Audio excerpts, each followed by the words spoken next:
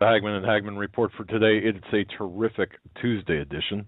It is Tuesday, March 31st, 2015. This is a live broadcast. I'm Doug Hagman in studio with my son, fellow investigator, fellow researcher Joe Hagman. Together we are the Hagman and Hagman report. I want to thank you all for joining us. Thank you for your belief in trust in us as we walk through this ever-increasing minefield together. And I got to tell you, folks, I don't think I've ever seen in my half of a century of life.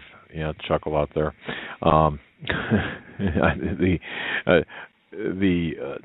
Just the increasing velocity of headlines and news about the reshaping of global power, and it's all about global power in the larger sense. We're going to take a macro view of what's going on, our analysis of what's going on in the Middle East and all across the globe here tonight, along with our number two, Stan Deyo. Of course, Tuesdays with Stan, the real Indiana Jones. What a great guy, him and Holly. And you know what? We've had numerous requests to have Holly on talk about her book, Dare to Prepare. We're going to float that out privately with Stan. But anyway, just want to say that we're so grateful that you are joining us tonight, deliberately listening, tuning us in. We appreciate that. Whether you're in a patrol car, 18-wheeler, or in front of your computer, thank you so very much for doing that. Now, our home base on the internet is hagmanandhagman.com. That's hagmanandhagman.com. I've kind of neglected a lot of the content on this. I'm doing a lot of research, and I got to tell you, I'm very disturbed. We're very disturbed collectively here about what's taking place, what people are not seeing, and it's really critical that we get a good understanding of the world events, and especially in the Middle East. Now, Joe, first of all, welcome tonight to the studio, of course. Welcome. Glad to be here. You know, it's interesting because this is the last day of March, and just some small talk, get this out of the way. You know, it's the last day of March, and outside of the studios here at the Hagman and Hagman Studios, what, 3 inches maybe? 2 inches of snow on the ground? 2 to 4 inches. Well, it varies. Woke up this morning to snow on the ground and had to actually shovel this morning, but it has gotten warmer and the snow is melting away. Well, you know, it was surprising. Yeah, you know, it was interesting because I woke up early. I mean, like 3, and looked out and didn't see anything, and then I early at the studio, and then it was looked out. 3. Oh my goodness! No snow. You know, at 5 o'clock in the morning, and it was like, okay, you know, it's snowing, and then got up from my desk about 7:30 and looked out, and okay, now I'm, you know, really. April Fool's early, but anyway. It's all right. Tomorrow's supposed to be 50, Thursday 65. Yeah, good weather for, you know, just good weather. Anyway, so we'll be talking with Stan Deyo, hour number 2, and but you know, starting the program off tonight, and I think it's so important to understand a couple of things. You know, man, where do you even start? But I suppose, if you look at what's taking place in Yemen, I think what we really need to understand is what's really going on in Yemen right now. If you're confused about the war, I understand. Yemen, you know, on older maps, it was previously called Aden, A-D-E-N. And it's got one of the oldest and richest civilizations in the Middle East, but it has been really racked with the violence for quite a long time. Back in the 60s, a pro-Arab nationalist faction clashed with the British. They wanted Yemen to become a Western-controlled national resource hub, and devolved into brutal fighting with both sides using terrorism. Now, Yemen's first president, Ali Abdullah Saleh. That's Yemen's first president. Well, he was in power from 1990 to 2012. Now, Saleh was supported by the U.S., but he was also double-dealing. Now, this history is important to understand, because these wars and conflicts and stuff, they just don't happen like overnight. Well, again, the U.S. backed Saleh, but Saleh was dealing speaking out of both sides of his mouth during his tenure. The Arab Spring caused the ouster of Saleh. And America, the United States, at that time helped broker an immunity deal, immunity from prosecution, in return for him leaving office. The Telegraph, in the UK, had reported, and I'm going to quote directly from the Telegraph. And this, what Joe's going to get into, this is a backdrop for this. But for years, the Americans saw Ali Abdullah Saleh as a key ally in the fight against Al-Qaeda. He allowed his air bases to be used by U.S. drones to strike at the at the movement operatives, and gladly received Western aid in development cash and arms supplies. Yet, according to claims in the United Nations report, one of the first things Saleh did when his three-decade rule was threatened by the 2011 Arab Spring was strike a deal, secret deal, that is, to give an entire southern province to Al-Qaeda. The more he could portray Yemen as falling into terrorist hands, he calculated, the more the West would want to keep him in office at all costs. Well, the U.S. brokered Saleh's replacement through Yemen's current president, Hadi, H-A-D-I. Hadi was a long-time high-level assistant to Saleh. The presidential, if you look at the presidential ballots following Saleh's ouster, not much of a choice. There's only one name on there, Hadi, H-A-D-I. The opposition that took over the country, the Houthis, they're also called the Zaydis, Z-A-Y-D-I. Well, those people are terrorists.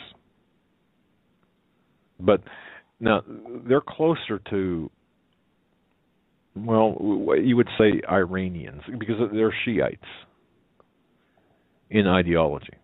They're closer to Shiites than Sunnis. Remember, Iran is Shiite, Saudi Arabia, Sunni. Different sects of Islam, S-E-C-T-S, of Islam. Despite the different sects between these two, they are virtually, well, the Houthis are almost indistinguishable from the Sunni fundamentalist terrorists.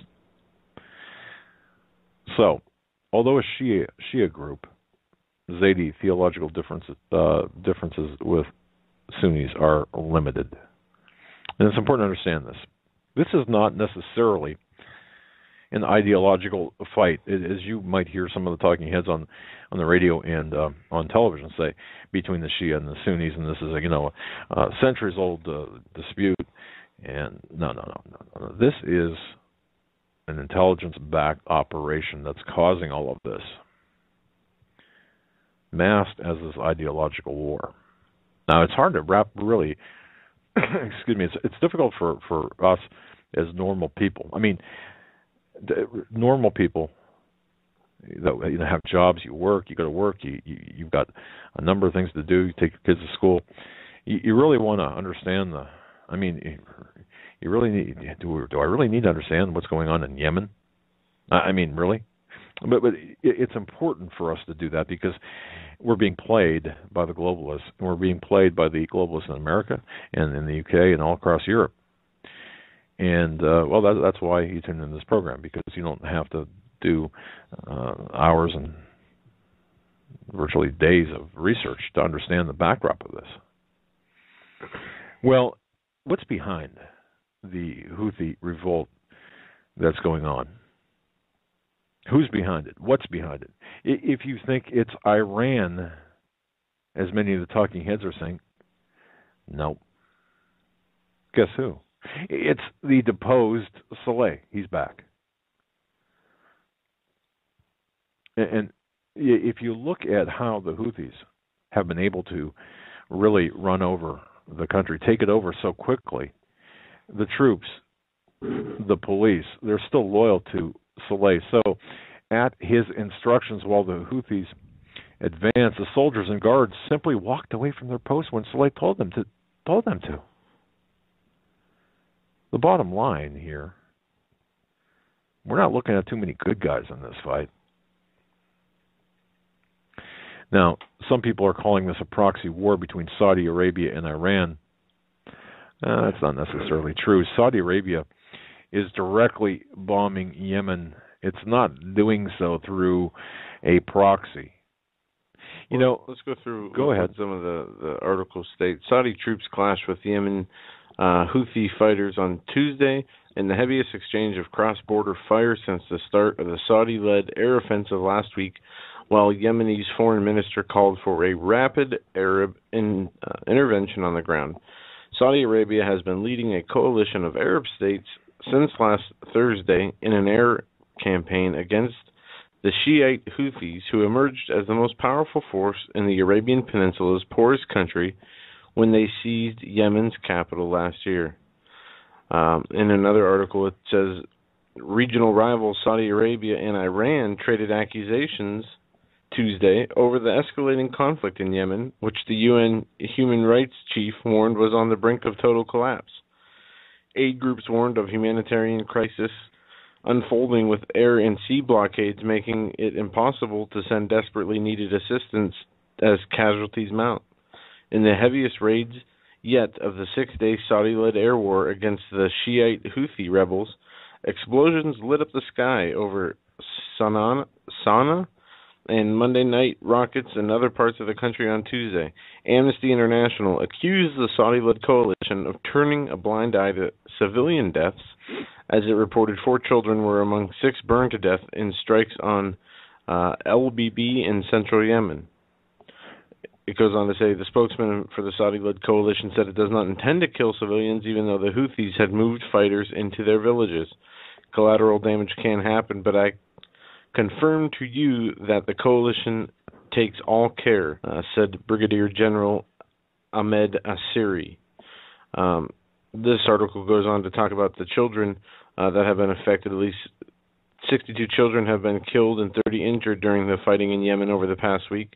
While the other article goes on to talk about the conflict that has brought the country to a civil war that has already been on the verge of chaos since the Arab Spring, and Washington's forced to evacuate its personnel from the main battlefield in the covert U.S. drone war against al-Qaeda.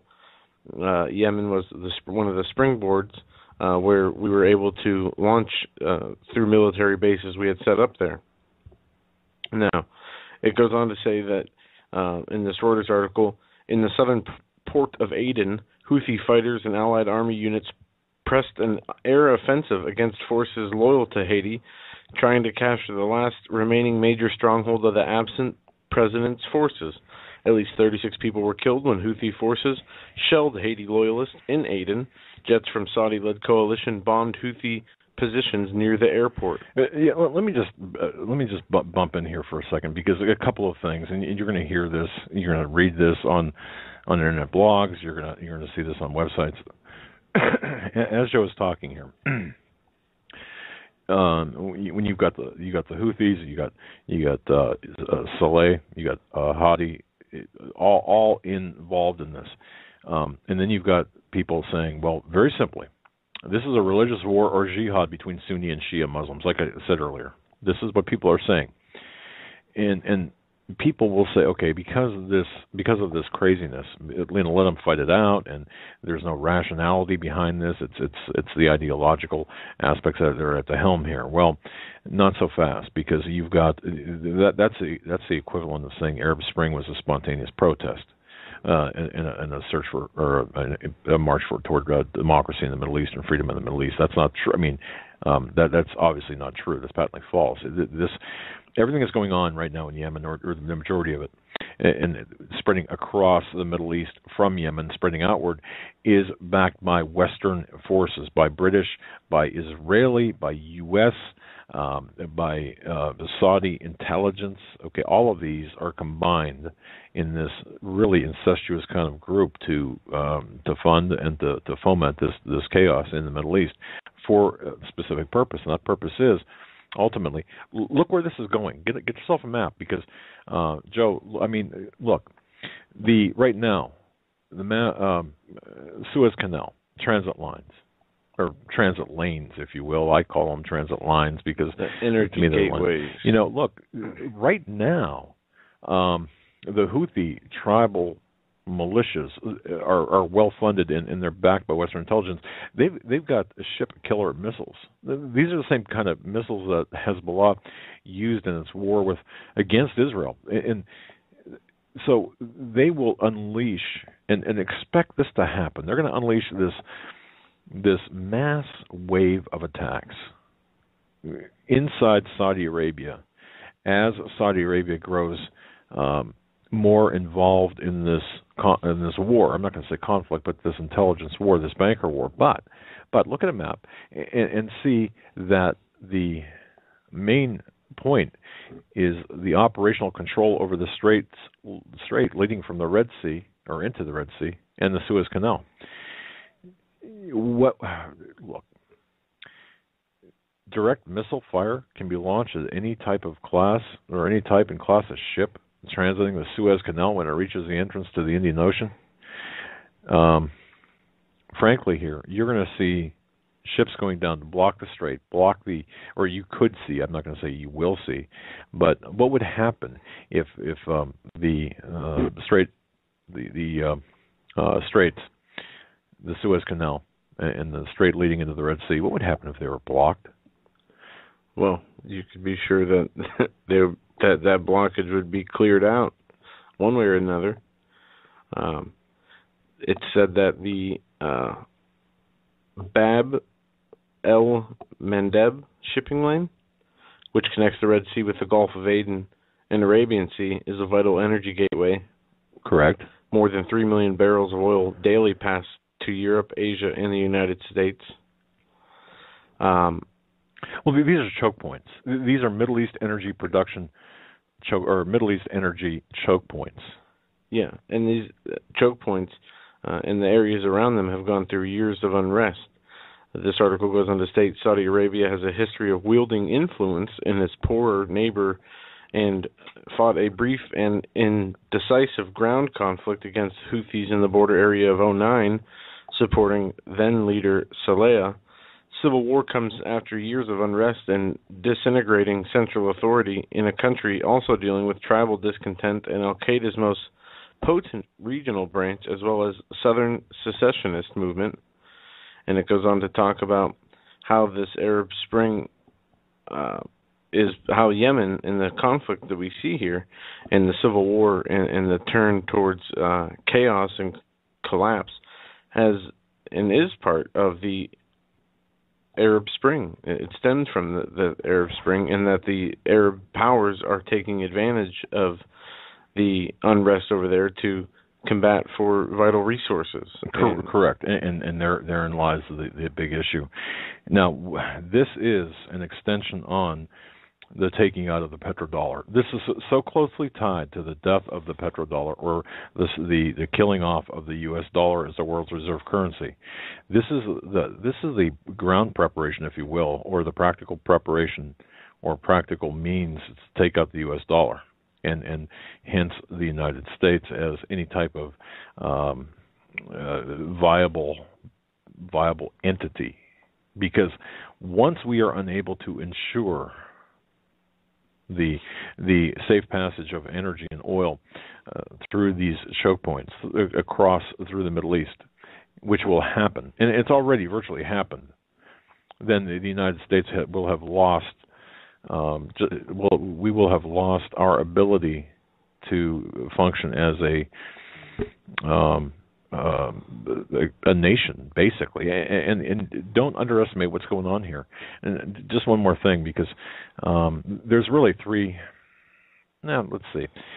If you would take a map, and I would urge everybody listening to this, please get a map of that area, again, from Libya to the west, to Iran to the east, and from Syria to the north, to Egypt to the south. And look at not Egypt, the south part of Sudan, maybe, or whatever, to the south. But look, you got 3 checkpoints here, or 3 choke points. Checkpoints. That's where my mind's at. You get 3 choke points. You got the Suez Canal. You've got the Bab el-Mandeb Strait there at the southern point of Yemen, or at the southwestern port of Yemen. And then you've got the Strait of Hormuz. Now, the Suez Canal, 2.2 roughly % of global oil, petroleum production goes through that strait. Not much, right? You've got the Bab el-Mandeb Strait, 3.4, and then you got the Strait of Hormuz, roughly somewhere around 20%, 18, 17, 18, 19%. The production, of oil, Saudi Arabia, 12.9%. But here's the kicker, and here's a dirty little secret people don't really understand. Saudi Arabia has 6 main oil wells, primary oil wells. They're responsible for about 13% of the world's global petroleum production. Saudi Arabia was established as a CIA outpost in the Middle East because of the oil. The royal family was coronated, if you will, by the CIA, OSS and CIA. Well, today, their main oil wells are pumping out 90% water. Think about that for a second. Their major oil production is hobbled. Their wells, 90% water is coming out of the. You pump water in to get the oil out. It's a very simplified explanation, of course. What's coming out? Oil? No. 90% is water. So you've got to look at other oil-producing nations outside of Saudi Arabia. Iraq, 3.4%. Do you think for a moment between Iraq and Iran, which is roughly 7-8% of the oil production, and Kuwait, throwing Kuwait in there too, do you think for a moment that the activities, starting with Desert Shield / Desert Storm in 1990, through today, through the Arab Spring, and even what's going on in Yemen today, do you think that this could be a little bit about oil? Perhaps. And the other aspect of it would be to take out the dollar. It almost seems like, wait a minute, there are two dueling policies here, or you're looking at kind of this schizophrenic kind of game plan. Because why try to see? It looks like you're trying to save the petrodollar. At the same time, you're trying to tank it. No. Well, not really. I mean, there's 2 sides of the conflict that we're pumping up both sides. The ultimate objective is to to grab the energy and oil, but do so by killing off the dollar, by the U.S. dollar as the world's reserve currency, and replacing it with a global economic currency. So, I mean, if you look at in the smaller scale, it's confusing. But if you look at the macro game plan, well, then you understand. So, 3 choke points: the Suez Canal, Bab el-Mandeb, which is just outside of Yemen, and the Strait of Hormuz. Those 3 choke points. Watch those Middle East choke points. Watch and also pay very close attention to the pipelines and to the oil and energy transits. Well, I have an update on the Iranian-U.S. nuclear deal. Okay. Nuclear deal with Iran reached on all key aspects. Iran and 6 major world powers have managed to reach a preliminary agreement on all the key aspects of a deal over Tehran's controversial nuclear program. Russia's FM has announced, adding that the sides have begun drafting the text. Experts from Iran and P5+1 have started drafting a preliminary deal, and the document could be expected either within the next few hours or later on Wednesday. Sergei Lavrov hopes, however, clearing the technical details of the final deal may take until June, he added. We can quite certainly say that on all key aspects of the final settlement of this problem, the ministries have reached principal consent that will be, hopefully, in the next few hours, maybe a day, put on paper. The experts were tasked with this just now, Lavrov told reporters. The preliminary agreement will include the verification of mechanisms guaranteeing the peaceful nature of Tehran's nuclear program and will stipulate the lifting of sanctions. He added, The agreement includes an all-encompassing approach to the settlement of Iran's nuclear issue, including methods of verification of the nuclear program's exclusively peaceful nature by the IAEA, as well as extensive provisions on lifting sanctions. Tehran also hopes that the draft agreement will soon be finalized, with Iranian Foreign Minister Mohammad Javad Zarif saying the sides will hopefully start drafting tomorrow. Negotiations were completed for today. They will resume meeting at the expert level in the morning at 6:30. Then Iran will join, perhaps the ministries, said the French minister, political director for Iran affairs. However, he cast doubt on whether the political framework agreement would be reached during the current round of talks. There is still much work to do, he says, that from the French foreign minister. So they said the draft document could be on their desks within hours, if not within a day, and that if they have on paper what they agreed to in their talks, they will have a deal. One of the countries that we better look at, and no one is talking much about, Pakistan. And I suggest this, what's going on in the Middle East is so fluid and so it's got the stability right now. Anything could set off a regional, just anything could set this off, and the world could change in an instant. Please understand that. We have to look at what Pakistan is doing with respect to this war in Yemen. Now, keep in mind, Pakistan has a nice supply of nuclear weapons. Yes, they do. If you looked at the Wall Street Journal, I think it was last week, and you got to understand too. If you look at my office and our studio here, just imagine several small trees or big trees cut down because of the paper and newspaper articles. And there was a report last week in the Wall Street Journal saying that Pakistan, given its relationship to Saudi Arabia, is considering getting involved in the war against the Houthi rebels in Yemen. Now, it was about a week and a half ago, 10 days ago maybe, Saudi Arabia, at the request of the ousted Yemeni President Hadi, initiated airstrikes and a naval blockade against Iran-backed Shia Houthi rebels. They captured the Yemeni capital of Sana'a earlier this year. Now, the Yemeni government claimed that the Houthis were planning to overthrow the government and create a Shia state in Yemen, while the Houthis see themselves as combating religious intolerance from the government. Now, that's BS, okay? It's more than that. This is not just a Sunni-Shia conflict or war. This is, please, anytime you see that, that's very much like saying what we're seeing here in the United States is a Republican versus Democrat ideology. No. They're all the same party. Now, there's differences, obviously. I'm not trying to minimize the ideological differences between Sunnis and Shia. However, you've got to understand that both the Sunnis and Shia are being backed by the dollars through the U.S. State Department, John Kerry, and previous to that, Hillary Clinton, and even previous to that. Okay, but so understand the complexities of this. Do not allow yourselves to be limited by this Sunni-Shia ideological rift, because it's bigger than that. It's about oil, and we play that clip often. And I'll tell you right now, here's what it's all about. Here's what it's all about. How much are you worth? I have no idea. How much do you want?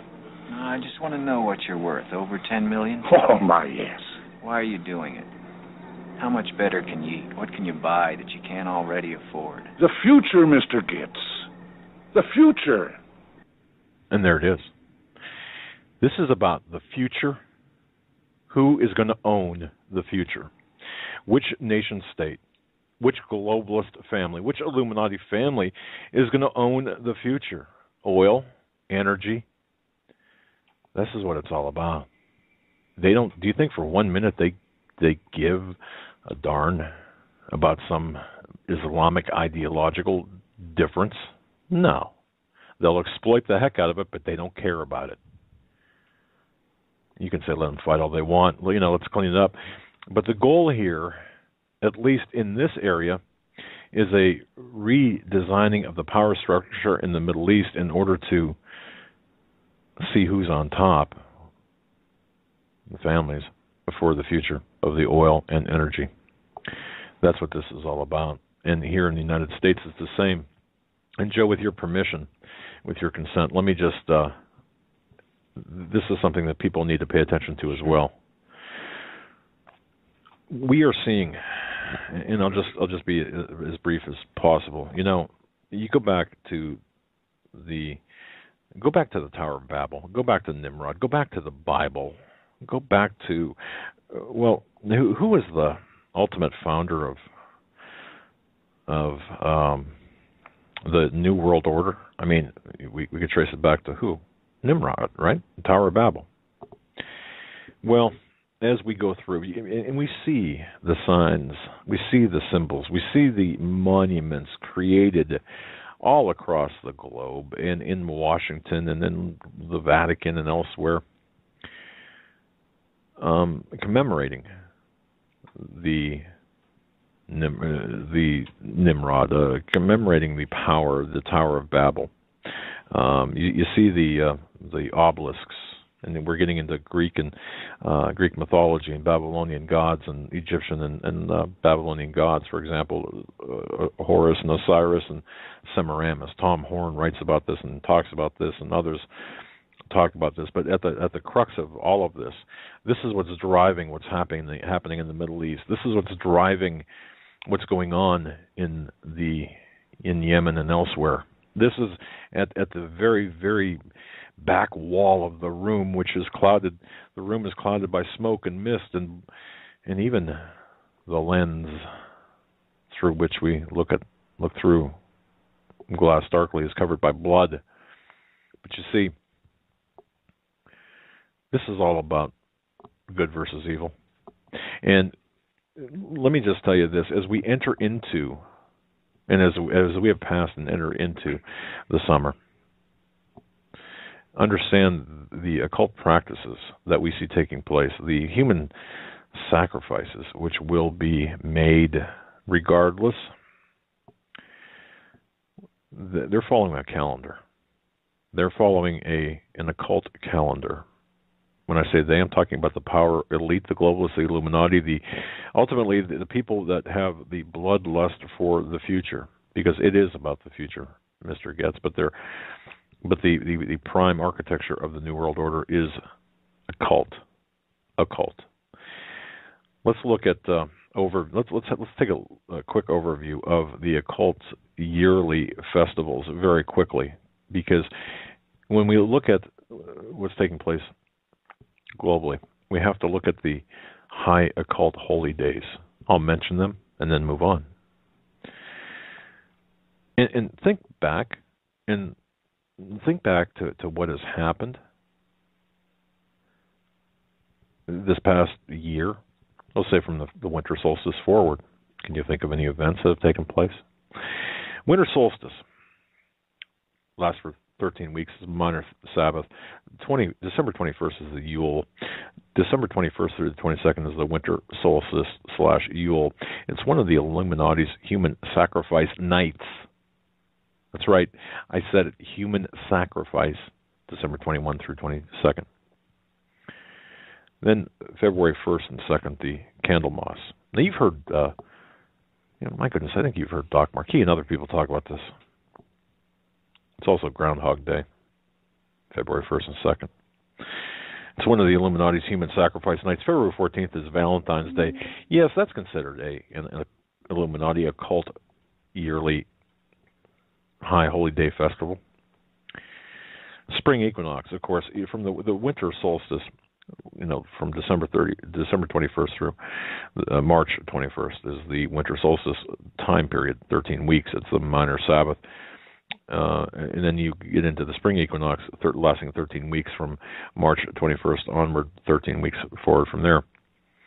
Now, the spring equinox does not require necessarily human sacrifice. but it doesn't disallow it. You've got March 21st and 22nd, the goddess Ostara. Easter, by the way, is the first Sunday after the first new moon after Ostara. March 21st is one of the Illuminati's human sacrifice nights.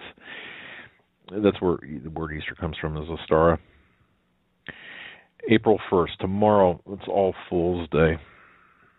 Yes, April Fool's Day. No, it's All Fool's Day. That's why I dislike jokes so much on April 1st. I really do. But All Fool's Day, April 1st, is precisely 13 weeks since New Year's Day. There's number 13. April 19th through May 1st, the blood sacrificed to the beast. A fire sacrifice is required on April 19th. Can you think, folks, back in history, U.S. history, of any fire sacrifice during the month of April in America? I'll give you a hint. Waco. Fire sacrifice is required. April 30 to May 1st, Beltane. Beltane, which is also called Walpurgis Night. Now, this is the highest day on the Druidic witches' calendar. May 1st is the Illuminati's second most sacred holiday, and human sacrifice is required. Look, ladies and gentlemen, I know what you're thinking. You're thinking, oh, this is all just garbage. You know what? It goes back to, it doesn't matter what you and I believe. We're normal, right? I mean, we're normal, sensible human beings.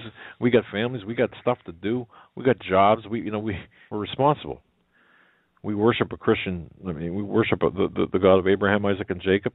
We don't subscribe to these crazy, nonsensical, occult junk. So why should we care about it? Because you're looking at the enemy's calendar. You're looking at the enemy's playbook. You're looking at their playbook, what they believe. And remember, they don't care what you believe. It's what they believe that's important. This is why it's important. The summer solstice, 13 weeks, beginning on June 21st. That's when the sun reaches its northernmost point in its journey across the sky. And then you've got Litha. It's one of the June 21st. It's one of the Illuminati's human sacrifice nights. July 4th is our Independence Day. Is 13 days after the day of Litha, and 66 days from April 30th. Just 66 days from April 30th. That's July 4th. July 19th, 13 days before. July 31st through August 1st. A great Sabbat festival. August is one of the August 1st is one of the Illuminati's human sacrifice nights, and then you get into the autumn equinox. Now, remember, you got the winter solstice lasting 13 weeks, the spring equinox, the summer solstice, and then you've got the autumn equinox. You got the year separated into 4 quarters or 4 13-week time periods. So the autumnal equinox, or the autumn equinox, whichever you prefer, September 21st. It's one of the Illuminati sacrifice nights. 21st through 22nd is the actual equinox. And then October 31st, which is Samhain, also known as Halloween or All Hallows Eve. That's one of the Illuminati's highest days of human sacrifice. So the death, and I think if you look at what has taken place in history, deaths through disease, accidents, even war, can and do count spiritually as a human sacrifice, as long as they were initiated by the globalists, by the Illuminati, by the power brokers, by the power elite.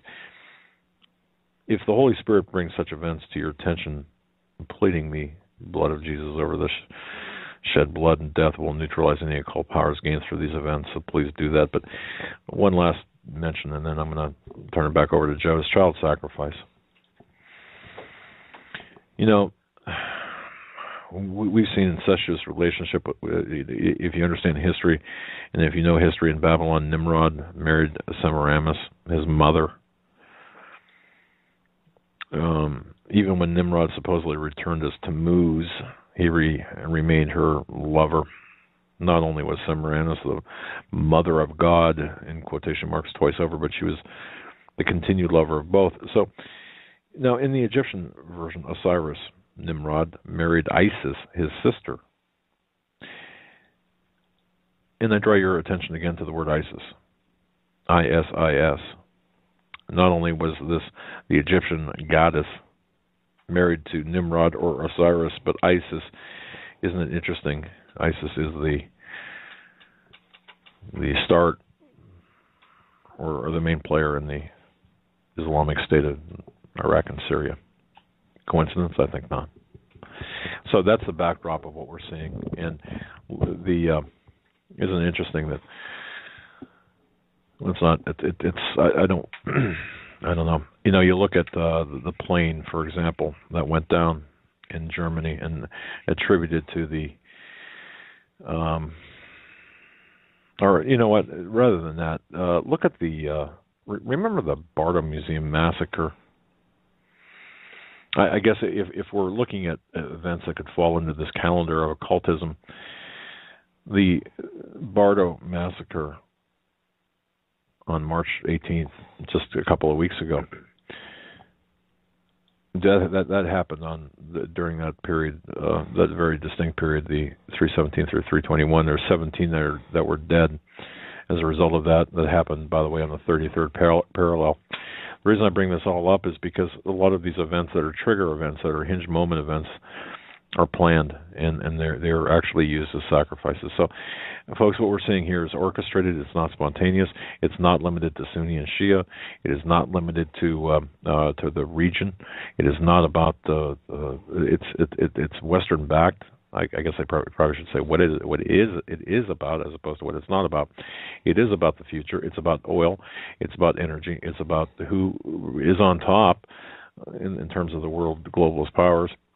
And yes, it does involve a certain amount of human sacrifice, which does play into the depopulation aspect of things. And we're seeing depopulation over there. And by the way, when the U.S. does loses world's reserve currency status, when that happens, we're going to see such a hyperinflation occur here in America that you're going to see really virtually a change overnight in terms of what's going to happen in our urban areas. Just imagine this, going to your computer and checking your balance in your checking account and getting a 404 error, going to an ATM and sticking your card in and not being able to get money out because the banks are closed due to a bank holiday until they restructure. This is what we're preparing for. It's estimated that really millions will die pretty quickly here in America when that civil unrest happens. The haves versus the have-nots, the prepared versus the unprepared, the individuals who have been buried their heads in the sand and not paid attention to events, suddenly waking up to find that, hey, their world's changed overnight, not prepared for it, versus those who are prepared for it. And I just want to say that what happens over there, don't think what happens over there is not going to affect what happens over here, because it's all tied together and it's all been planned and gamed out. And when we talked to Joe and I talked about this yesterday about the infiltration of groups. Well, that's part and parcel to what we're talking about as well. So all of this is tied together. I just want to bring that out. And then, Joe, go ahead. There's so much more. But Pakistan, I mentioned before I went off on the tangent, you got to look, too. I mean, where are they going to fall into this? Where are they going to fall into this mess? Yeah. That's yet to be seen. Netanyahu issued a statement. Iran deal will allow nuclear breakout in less than a year.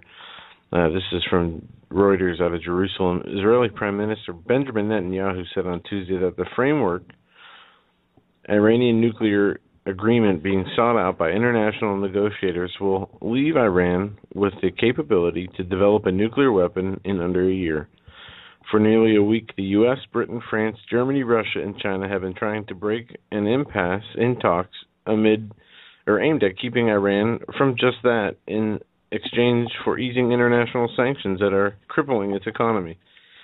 It appears the deal being formed will leave Iran with underground facilities, the nuclear reactor in Arak, and with advanced centrifuges, Netanyahu said at a preliminary ceremony. The breakout time for Iran is to obtain fissile material for nuclear bombs that will not take years, as we said at the beginning. In our estimation, it will be reduced to under a year, perhaps far less than that, he went on to say. We could provide, by the way, America provides countries with plutonium. Yeah. We have agreed to provide Iran with plutonium, but that's not good enough because they want to create their own.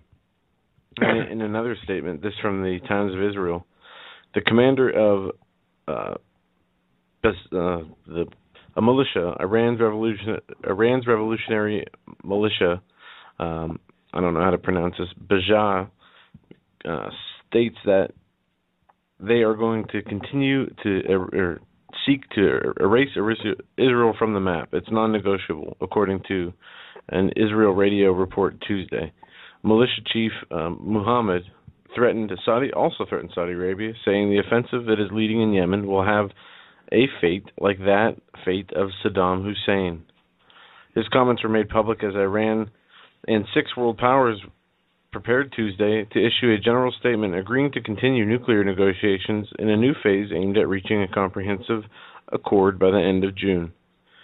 But they go on to say that Iran was stepping up efforts to arm West Bank Palestinians for a battle against Israel, adding the move would lead to Israel's annihilation. Iran's foreign news agency reported, arming the West Bank has started and weapons will be supplied to the people of this region. The Zionists should know that the next war won't be confined to the present borders, that the Mujahideen will push them back, he added. Okay. Let's stop right there for a second because I think it's important to understand here something that, and I'm getting sick and tired of these people who think they know. They think they know all about the Israeli-Palestinian two-state solutions, and they use words like occupied, illegal occupation. We're talking about this, right? I mean, this is what we're talking about, correct? The Israeli peace talks, ultimately, correct? Two-state solution. I mean, ultimately, this is kind of what we're referring to. Yeah. Where is the word Palestine? People don't. When I hear people, Netanyahu is a warmonger and he's an idiot and he's a devil, he's this and he's that, I get really upset. I really do, because people don't know the history. And I get upset about people talking about Israel and not backing Israel, their historical and their title deed claim to that area of the land or that area of the world, because they have no clue with Bible history and history. They listen to sound bites by these progressive Marxist people in the media with absolutely no clue of what they're talking about. And they'll refer to the 1967 borders. Folks, there are no 1967 borders. Those don't exist. Those are armistice lines that stem back to a war that was declared on Israel in 1948 and 49, immediately after its becoming a nation. And it has nothing to do with international boundaries. There never were international boundaries. But just to address the word Palestine, if you look through history books, you're gonna find that the origin of the name Palestine, it's been debated for years, but nobody knows for sure really where that name came from. Now, there is a word believed. The word Palestine could have been derived from the Egyptian and Hebrew word palashet, which was roughly translated to mean migratory, and it was used to describe the inhabitants of the land to the northeast of Egypt, namely the Philistines. Now, the Philistines were an Aegean people. They were related to the Greeks with no connection ethnically, linguistically, or historically with any part of Arabia, who conquered the Mediterranean area that is now Israel and Gaza. So, if you look at this, and just go to the Ottoman Empire, 1517 to 1917, the term Palestine, that was used as a very vague general term to describe the land south of Syria. It was not an official designation. Many Ottomans and Arabs lived in this British mandate of Palestine during the time period. They referred to the area as southern Syria, not Palestine. Now, after World War I, the name Palestine was applied to a territory that was placed under British mandate, period. This area not only included present-day Israel, but also present-day Jordan.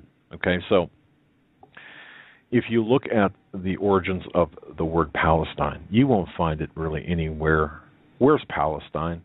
Where was Palestine? You've got a British mandated area which applied to the territory that was that included Israel and Jordan. That's all you've got.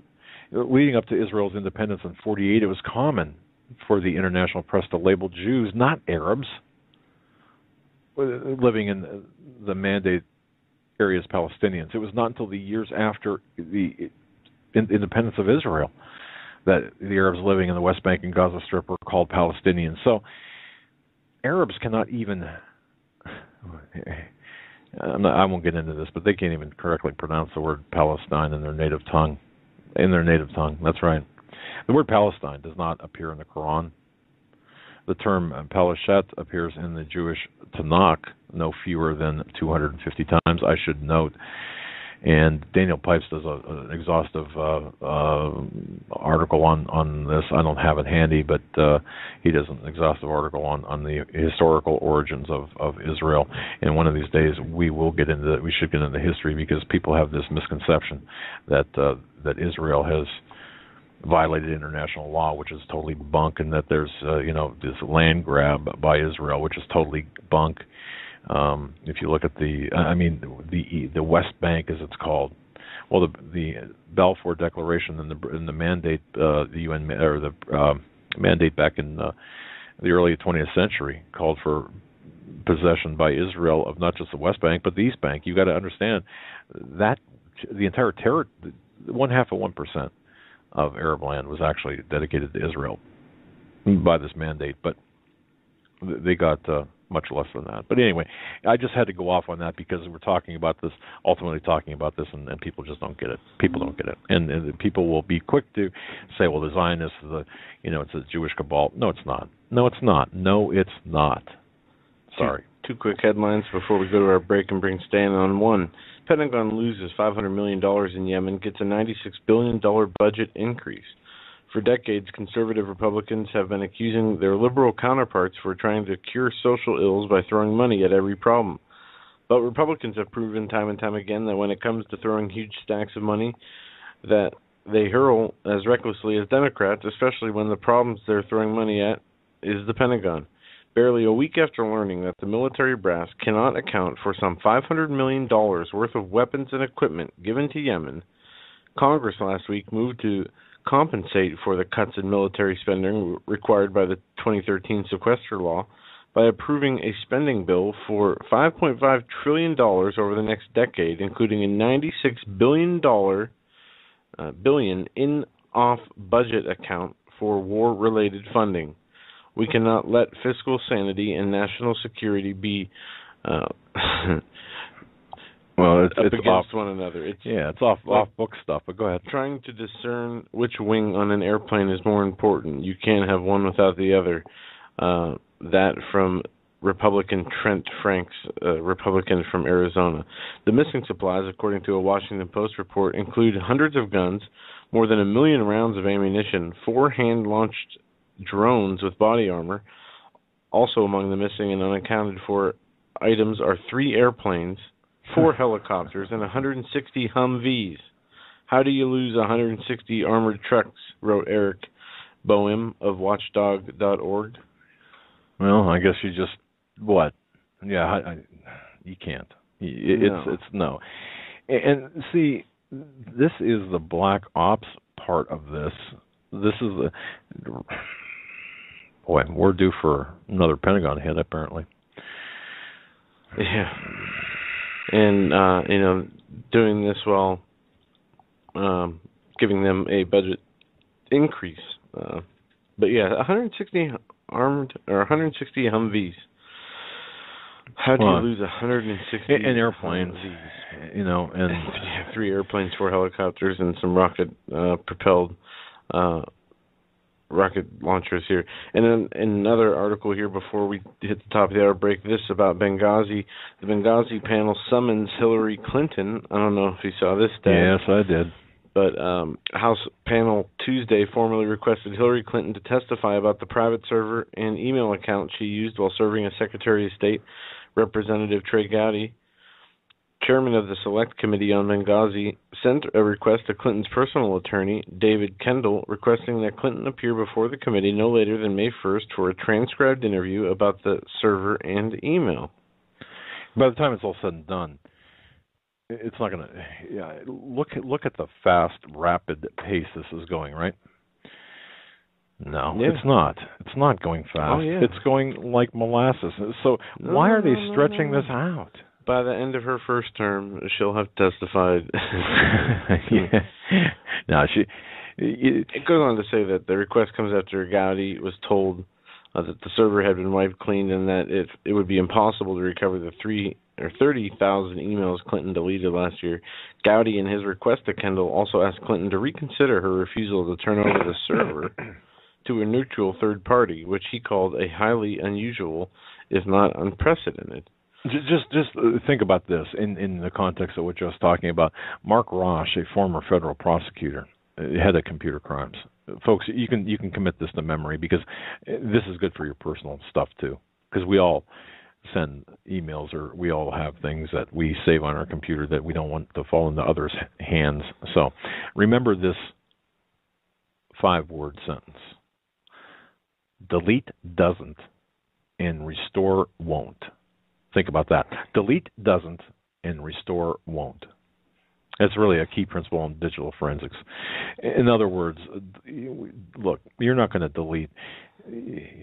Delete is something that doesn't really happen, even in reformatting a drive. The only way to permanently delete the information on a hard drive is to take a sledgehammer and a blowtorch to it, basically. And restore won't. Well, that's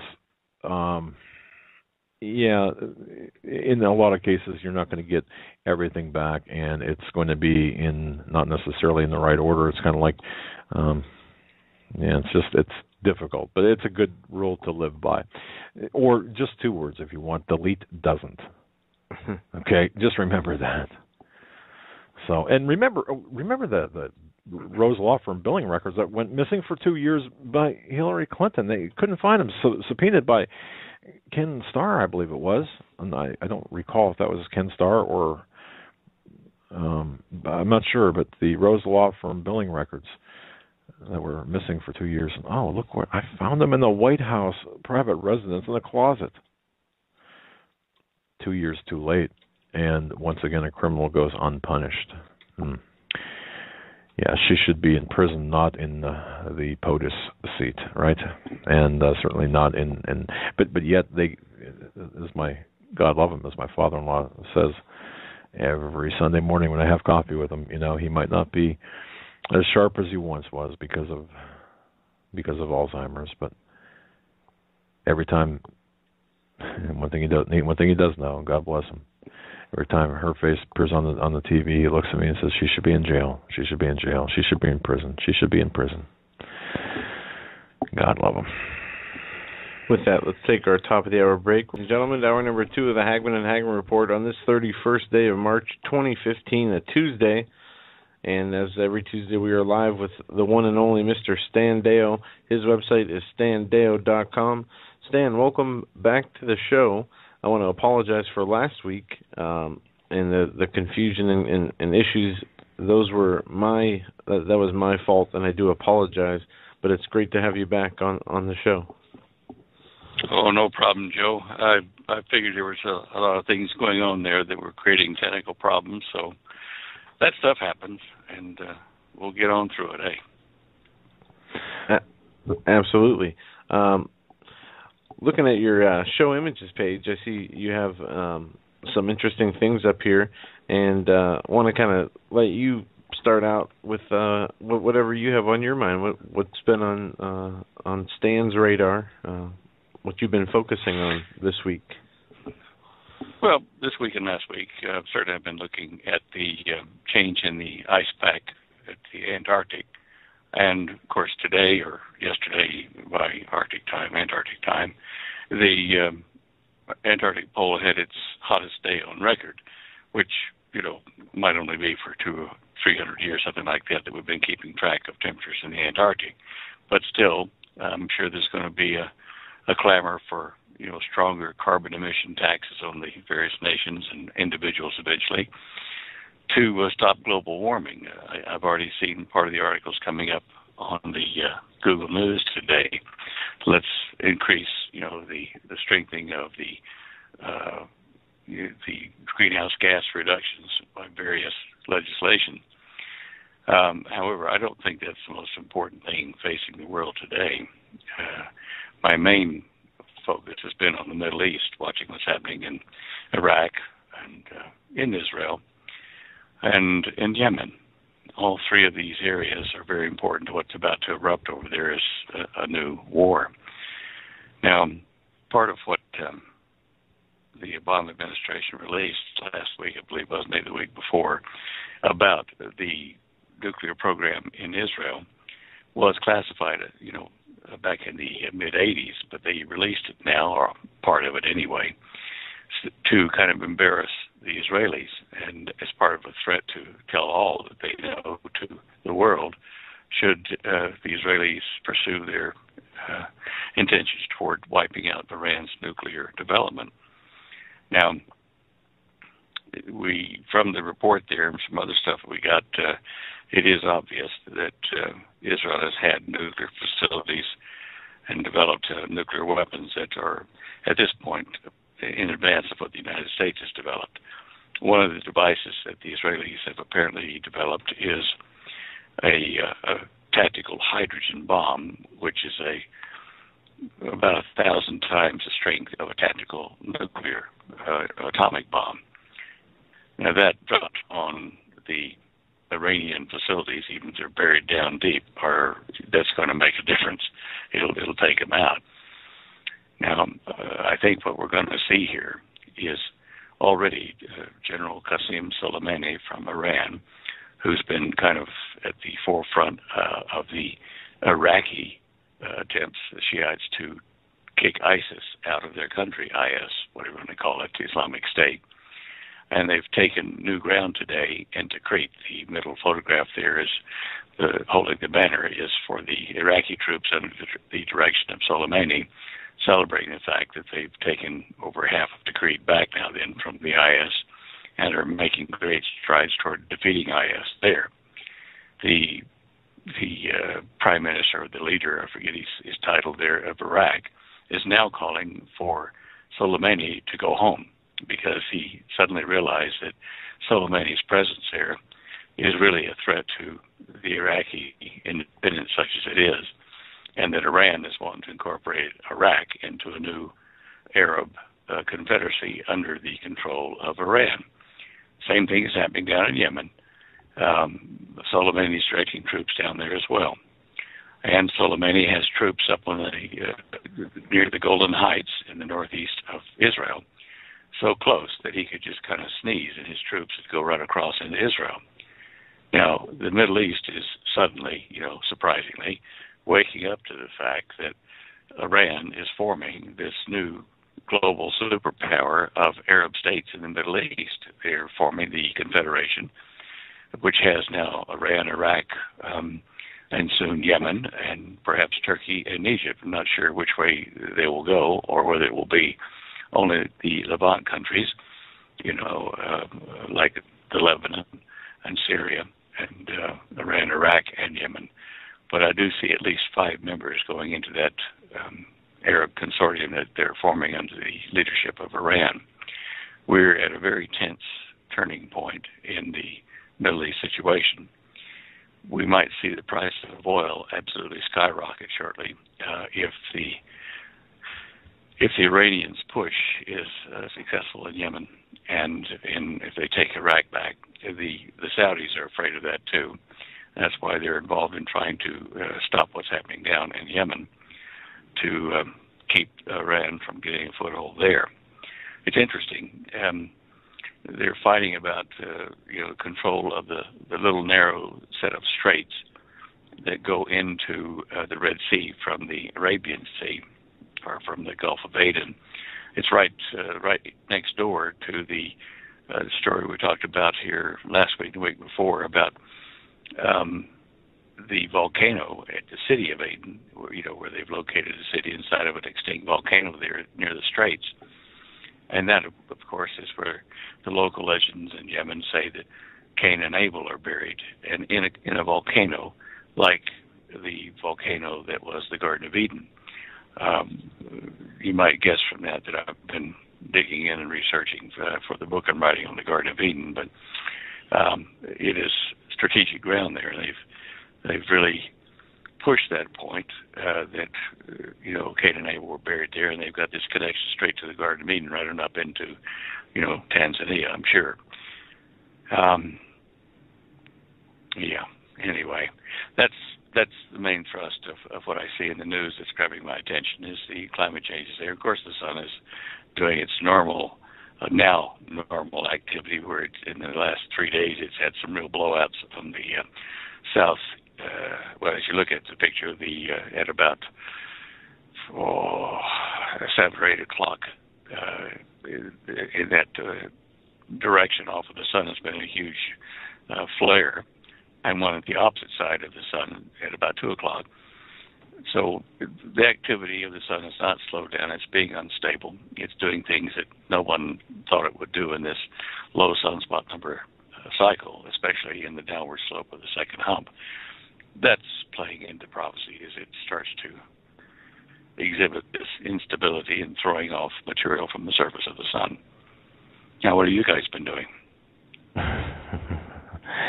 Looking at minus the Earth changes, looking at the same geopolitical issues as you, and it's interesting. We're seeing the convergence of Earth and the cosmic signs, as well as the geopolitics changing as well. You mentioned Iran, Iraq, and Yemen. What's going on in Yemen? We were talking about the choke points. Any one, I mean, there are 3 main choke points for the transit of oil in this area. You've got the Suez Canal, the Strait of Hormuz, and of course the Yemen Strait there as well. And we're looking at all of this breakout of all of this wars. Stan, people want to minimize this, or at least this is my view, and I'd like your take on this. People want to say, well, this is all Sunni versus Shia mentality and ideology, but I see a lot more behind this than this mere Sunni versus Shia. I mean, that to me is a very simplistic explanation to a very complex and heavily funded operation. I mean, what we're seeing here happening in Yemen and elsewhere, to me, is a culmination, or at least the fourth quarter plays of a longer game. And we're being gamed anyway. But this is all planned. This is not spontaneous. What do you think about that? I mean, is this not about oil? And is this, partially an energy in the future of that? Oh, well, oil does play a very definite part of what the Illuminists are doing to the planet. But understand that the Illuminati, such as they are, the bankers, the industrialists who are trying to form this one world government, do not have complete control over the nations of the world that will be involved in this global consortium or global government that they want to form. Case in point is the Chinese. Even the prophecy in the book of Revelation by John say that the kings of the East, which would be China and allies, will march into the oil fields over there for the Battle of Armageddon at the end of the 7-year tribulation period. And the reason for that is that they are not really supporting the Illuminists, who are mainly Western world Illuminists and bankers and engineers. They want to see the people of the book, the Christians and the Jews, and they want to see the Muslims as well, all subjugated to Chinese rule. This is in keeping with the concepts taught to Genghis Khan by Sun Tzu, or like in Sun Tzu's The Rules of War.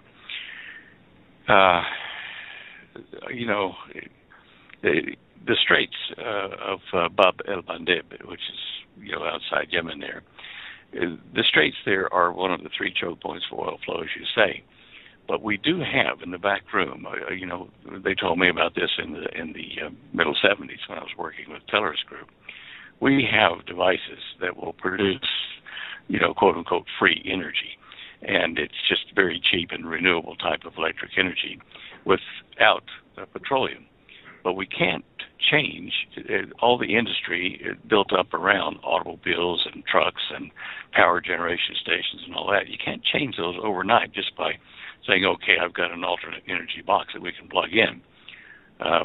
Small segments of the world population can use such a thing in a time of crisis, but we cannot supply this to the entire world all at once, and it cannot be released to the world until you have a global government that can tell people that they have to do it this way and that way to keep from collapsing the economy.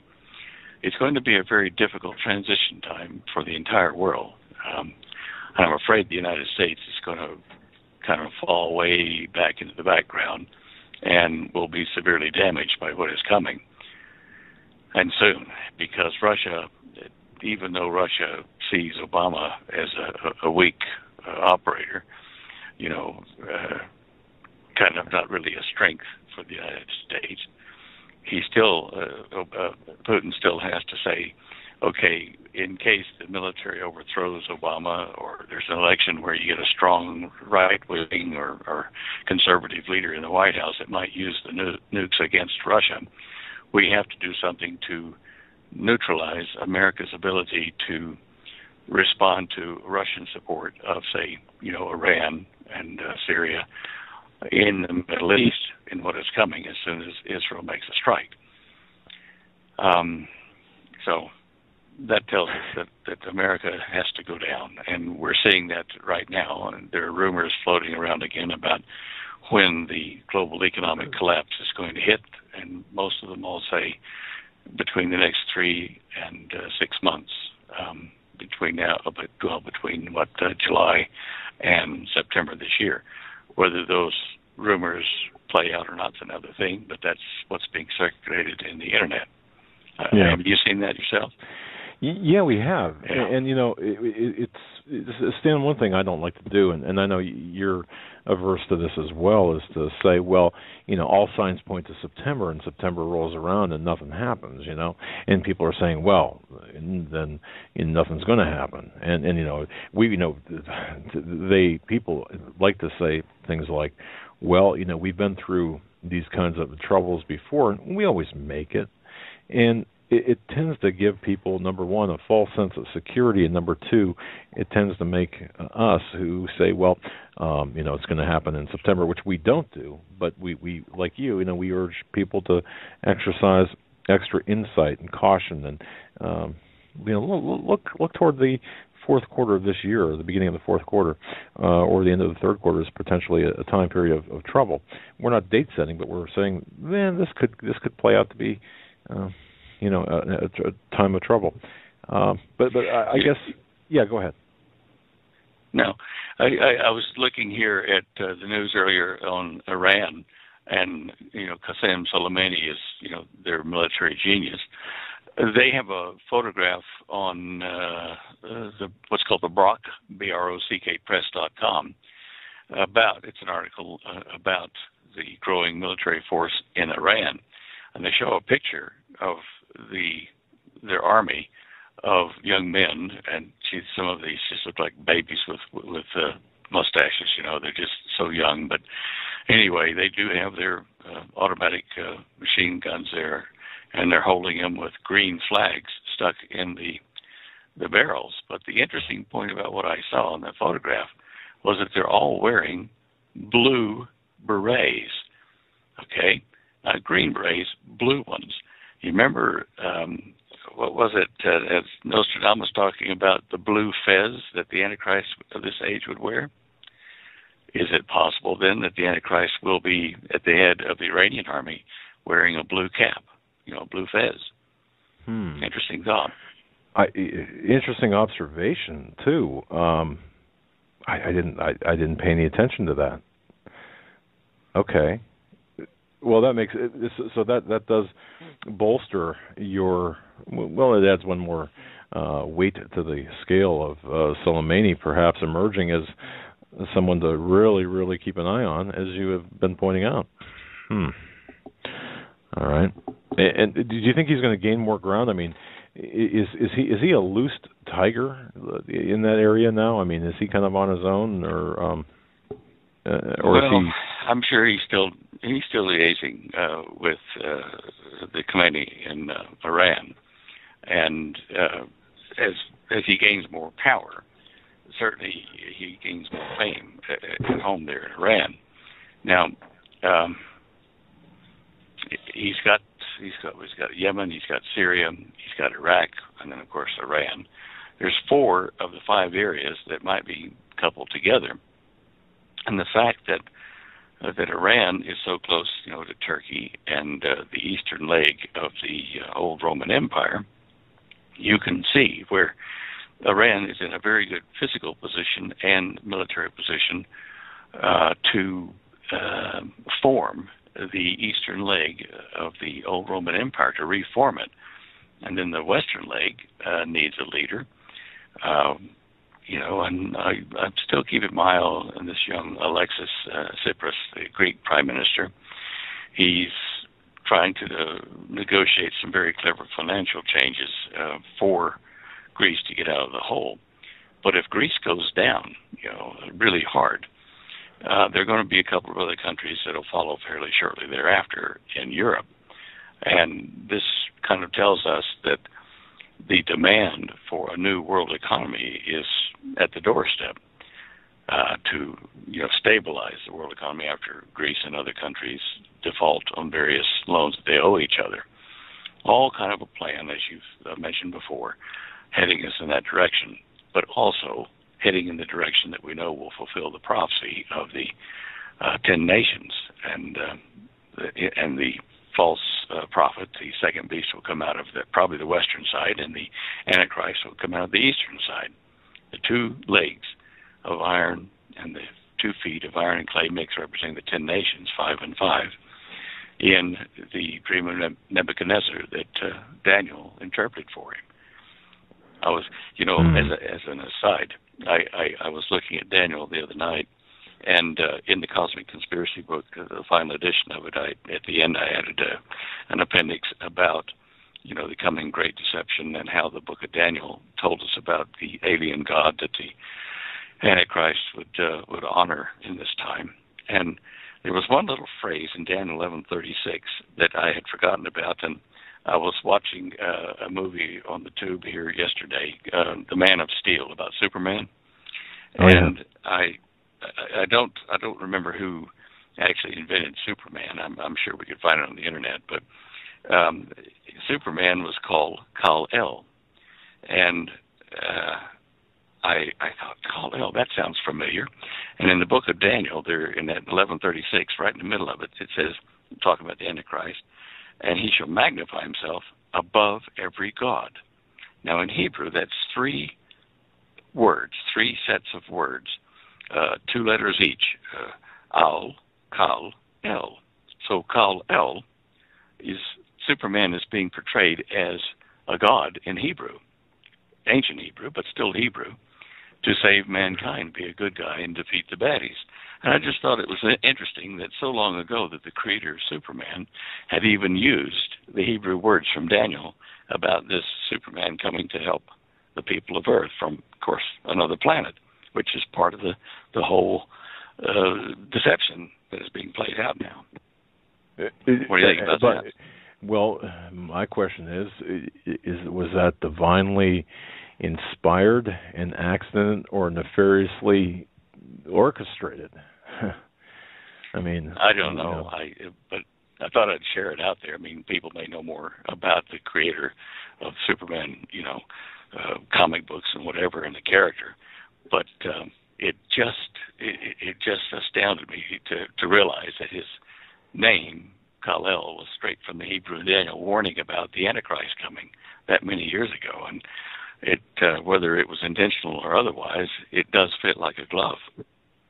Wow. that's, you never cease to amaze me with your historical knowledge and the things you pick up. Folks, we're talking as usual to Stan Deyo, StanDeyo.com, talking right now about the geopolitical events taking place in over in the Middle East, including Yemen. We get a listener question from Steve, and he asked this, Stan, have you heard any updates on Fukushima, the radiation that's been released, or any contamination claims coming from TEMCO, Fukushima, or any other sources? I haven't. I've received some emails, updates from various people that I couldn't verify about the amount of various radioactive elements that are dropping on the United States from that. But in the end, I take those things and I pile them over into I'll look at it someday type, bucket in my email, because there's just so many conflicting reports, and it's so hard to verify that I hate to mislead people by saying, I got an email today and it says it's happening, it's destroying our milk and our kids and whatever, without proof. And so it is definitely something of interest. But if it's true, we can't stop it. It's going to drop on us. So if it hasn't already, into our food chain. So, just decide in yourself if that happens, what you're going to do. We had a question, and I'm not sure if this was posed to you in the weeks past or not, but and I've had a couple of questions from listeners about this since.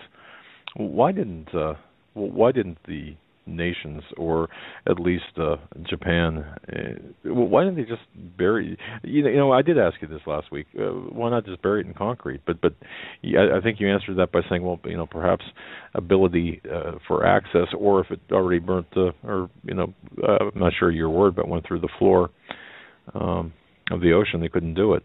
I think that's what you said. But several emails asking that same question, or varieties thereof, wanting to know why there was not something more proactive done with Fukushima. It may have been because they were caught between the rock and the hard place, because if you do nothing, what it's going to do is just melt down, go through the floor and go through the substrata and hit underground water sources, and some of those leach straight out into the ocean, which would present a real problem, a bigger problem. Certainly already farmers in the area, in their water and the airborne particulates, have suffered. At first I thought, like most people, look, why don't you just go over there and either throw concrete over it or sneak up underneath it, tunnel underneath it, and release a low-yield nuclear bomb to open up a cavity underneath it and seal it in glass, down underneath the strata. But there are so many other problems, including the water tables that were around there, that it couldn't be risked. So I guess it's, as I said, between a rock and a hard place, what you do. So you try to mitigate the damage to the culture there and to cultures across the Pacific that would be affected by the airborne and waterborne and living animal-borne particulates that are radioactive. At this point, I don't know that I'd believe anything that any government published on it. It's just they're trying to cover their backsides. Well, in the scheme of things, I guess, how would you rate the concern? How would you rate Fukushima? With everything going on here, if you had to triage the headlines and triage the events that have taken place over the last half a dozen years and taking place currently, triaging the events, assigning priority of interest to or importance and interest, what would they be? Where would Fukushima fall? Would it fall midway between the geopolitics and the? I'd put it probably halfway in my concern, because of the fact that it's an ongoing long-term event. And the clear and present dangers of the Middle East are, up there at number one, because there are a lot more nuclear devices involved in what may be happening there shortly than Fukushima. So you got to prioritize it and say, okay, well, look, we can't really deal with that issue. At the moment, we got to get prepared for what's happening that might be, nuclear bombs over the United States as well, from, Russia, China, and even, other countries that have nuclear weapons. But in the Middle East, if you believe what the Hopi have said, that there are going to be three types of countries invading the United States and actually just bringing us down: the Chinese, the Russians, and they didn't specify, but from the Middle East, some other powers over there, and I assume it'd be some kind of Arab Islamic group coming with the Russians. And that tells you, of course, that Iran would probably be involved in that. It's interesting because that kind of segues into a question from Kelly from Macon, Georgia, listening live, wanting to know your thoughts on a takeover by outside forces. What you think geopolitically, seeing everything taking place right now, the chances are of a takeover by outside forces of the United States. This from Kelly from Macon, Georgia, listening live. Well, Kelly, I personally, I think we're in big trouble, and as I've said many times, we have to be taken down as a world power by the Russians and the Chinese, so that other activities that they want to do in the oil fields can be done without the fear of the United States being at their heels or coming down on them with our own nuclear supplies. And even though our current government is appearing so weak and so sympathetic to the Arab nations, to the Islamic Arab nations, even though that's happening, the Russians and the Chinese both know that they can't depend on that to keep America out of being involved, because we have such a high percentage of Christians, evangelical Christians in this country, that are pressing to overthrow a lot of the legislation that the Obama administration has put upon the American people. Now, they also realize that if it gets too bad over here, that our military and other groups might physically, rise up and overthrow our government. Now, that would certainly put our house in chaos, and there would be martial law as a result of it, but it still might enable our military to strike with nuclear weapons, to strike Russia, China, and any other Arab country involved in, say, going after the United States and Israel. So, yeah, I mean, we're close. We're very close. We've got to go down almost before the rest of the action occurs over there. Wow. The somber tone that I detect here, it does drive home the point that, we're seeing things happen today that, and we haven't seen in the past. I remember watching in 1979 the first in February 1979 when Khomeini came back to Iran, and then the hostage crisis in November. And I remember thinking, my goodness, we're at the precipice of something major. And the failed rescue attempt in 1980. But now this is like totally different, and everything's just out of control. Yeah. It's just wow. It is, and it's getting worse. I mean, I talk to a number of people that I deal with, and go to the store or to the post office, workers and people I see regularly, and they all know what Holly and I have talked about and what she's written about, and I'm there to prepare, and what I've written about, the Cosmic Conspiracy, and we've known them now like for years on a casual basis, and of late, I'm bumping into them and they're saying, look, we've started putting some food aside. I think you're right. Things are about to happen. And, of course, the thought that runs across my mind, I don't say it, is, where have you been? I mean, and do you think we ought to buy silver? And I'm thinking, oh, dear, where have you been? What should I do with my 401k? Sorry. Dear. Yeah. What was that again? 401k, yeah. While I was researching various things in the Middle East last week, I ran across a piece of information that hasn't been widely touted.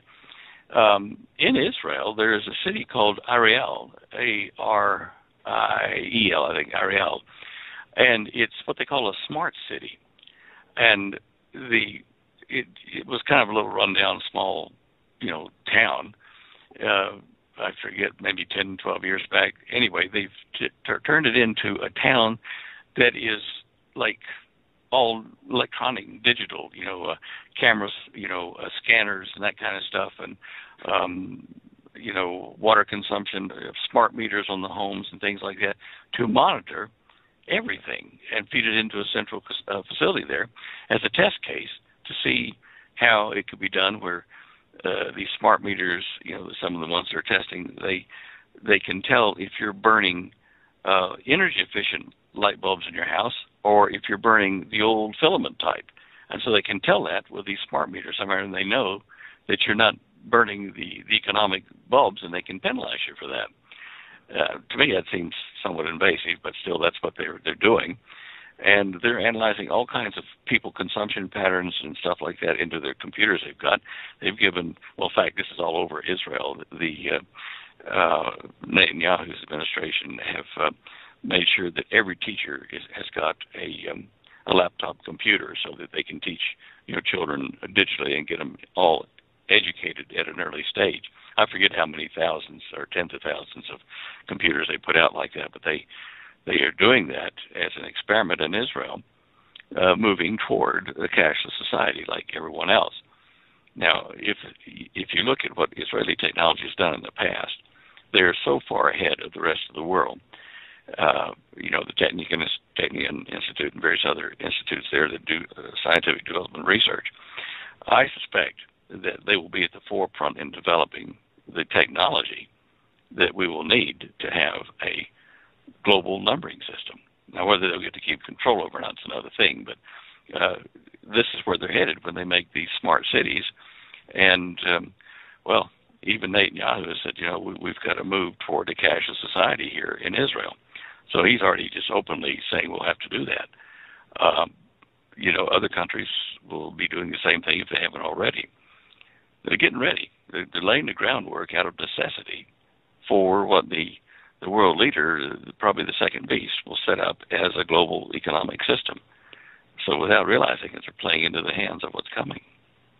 Man, wow. I mean, it makes sense. It does. It's hard to argue. It's hard to argue against getting rid of cash and checks and things like that can be used by crime syndicates to sell drugs and distribute drugs and to blackmail people and to make illegal income and that kind of stuff. It's hard to argue that we need a better system that will stop the crime and the fraud.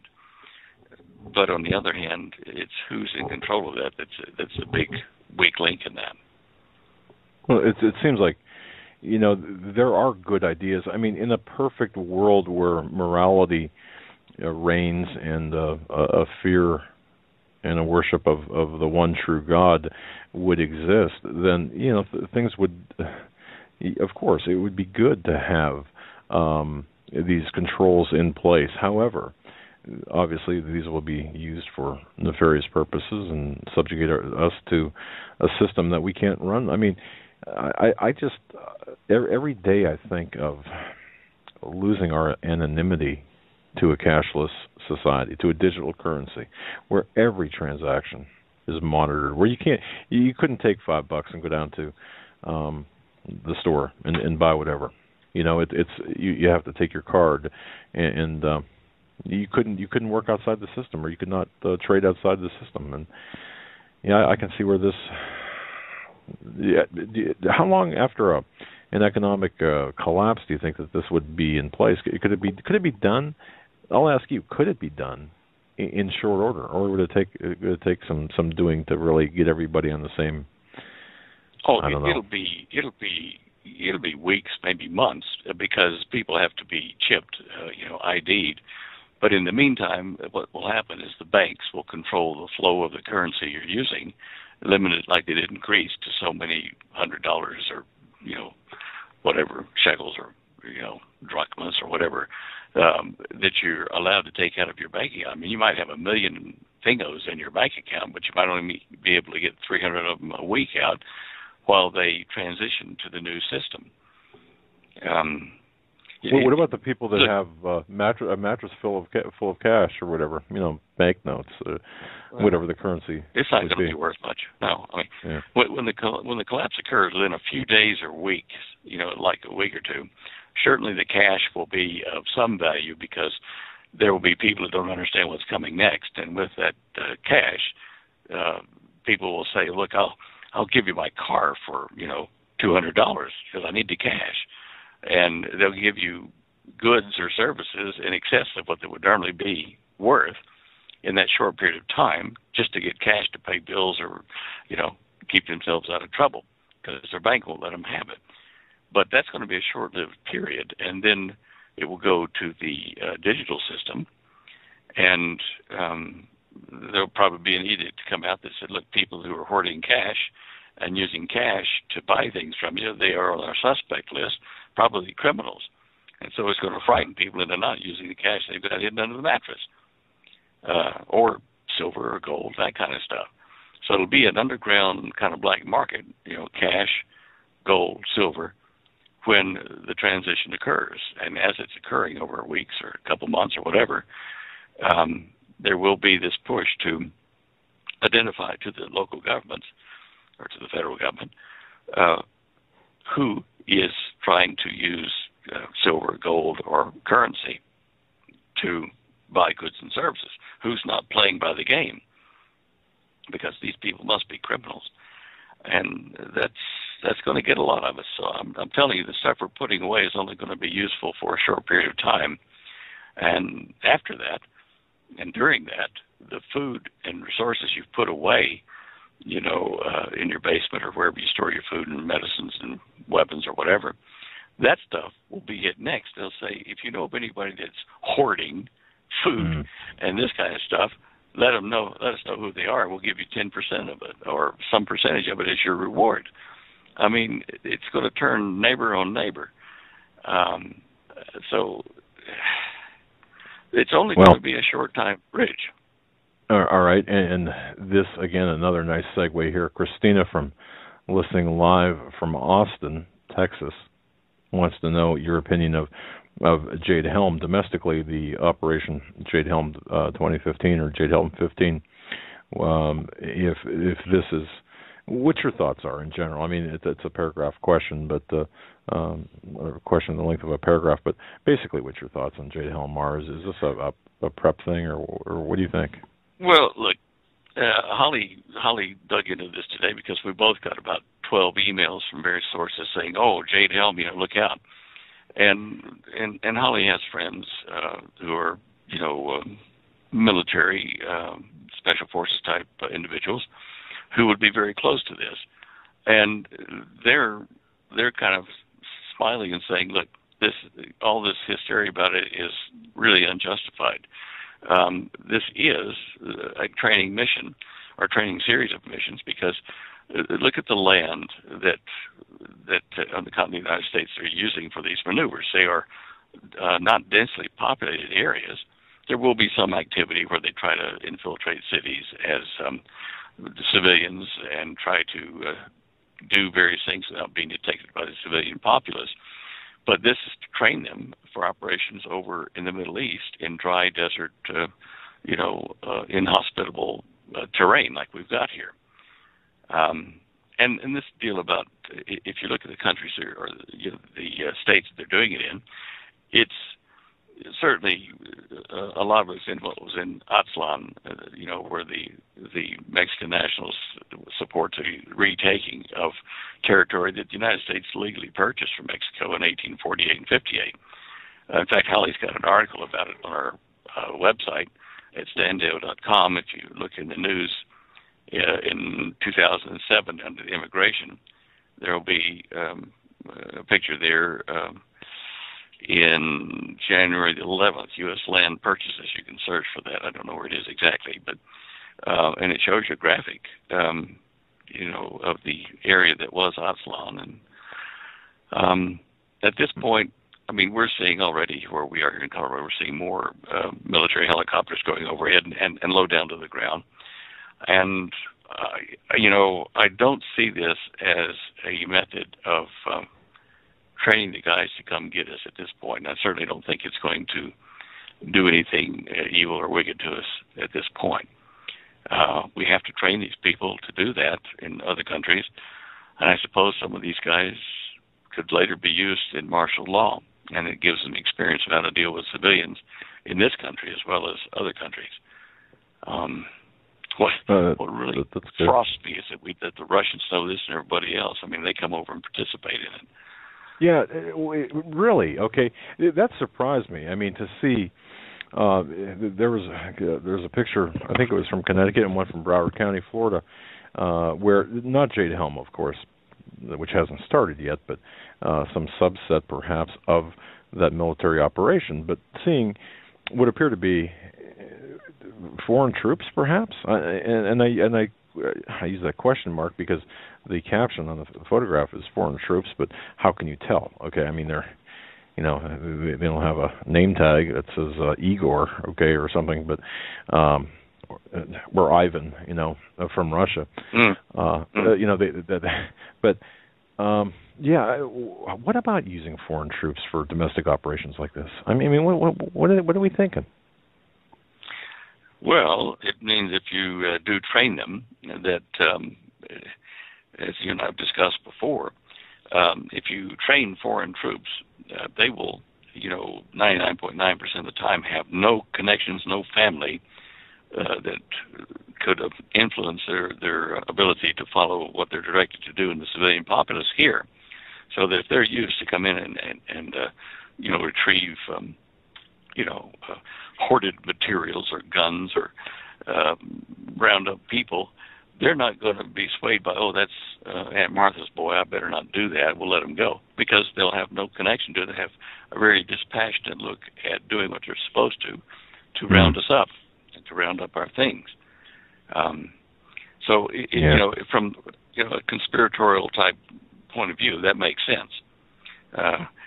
As far as these pictures we've been seeing down in Florida and various other places of troops rounding up civilians, making them put their hands over their head, down in Florida it might well be that was like National Guard, you don't know, rounding up drug smugglers or illegal aliens, but you can't tell from the videos and stuff. But I wouldn't put it past the government to have already trained foreign troops, since we know they've been here training for years, and possibly some of our own troops, but they would not let us have like sheriff's departments and police departments and stuff like that, and possibly not even National Guard involved in this because of family and friendship relations that would screw up the whole plan. So as I see it, what will happen is they will disempower sheriff departments, police departments, and take over their role in the community with foreign nationals, whatever we call them, whether they're troops or policemen or what. But they can't afford to let the community exercise its influence on the serving members of our police and sheriff's departments, and possibly National Guard, because they know them, and it would infringe on their ability to do their job properly as far as enslaving us. That makes sense. Hard. Obviously, foreign troops would be much easier to go, would be easier to train and much more willing to go along with the confiscation of a foreign nation's people and or land than it would be for the American military and branches of it to go after their own land that they're sworn to protect and uphold the laws of this land. And, that's why we see, I think, the purging of certain military personnel from different branches of our military that the president has done, from the Navy to special operations. It's been across the board, and this could be a reason why. We got another question from a listener, Stan, and they want if you could get into the latest figures, calculations, or information on the drought in California and how this is being really not talked about in the media, but it's continuing to get worse and worse as time moves on. Well, Joe, I mean, I'm kind of I'm kind of at the same advantage as everyone else that can have access to the internet and news there. You can get some news on U.S. events that aren't being covered in the U.S. media by looking at United Kingdom or European news agencies that will tell the truth about various events. But as far as the drought, they're already using so much water that it's going to take hundreds of years to replenish the aquifers. And one of the things that concerns me about this, in addition to the actual drought increasing, is the water that they are going to be able to get will probably start to become polluted. They're drawing heavily on aquifer water, and they've been also depending in California on water coming down the Colorado River because they have an agreement with Colorado to use that.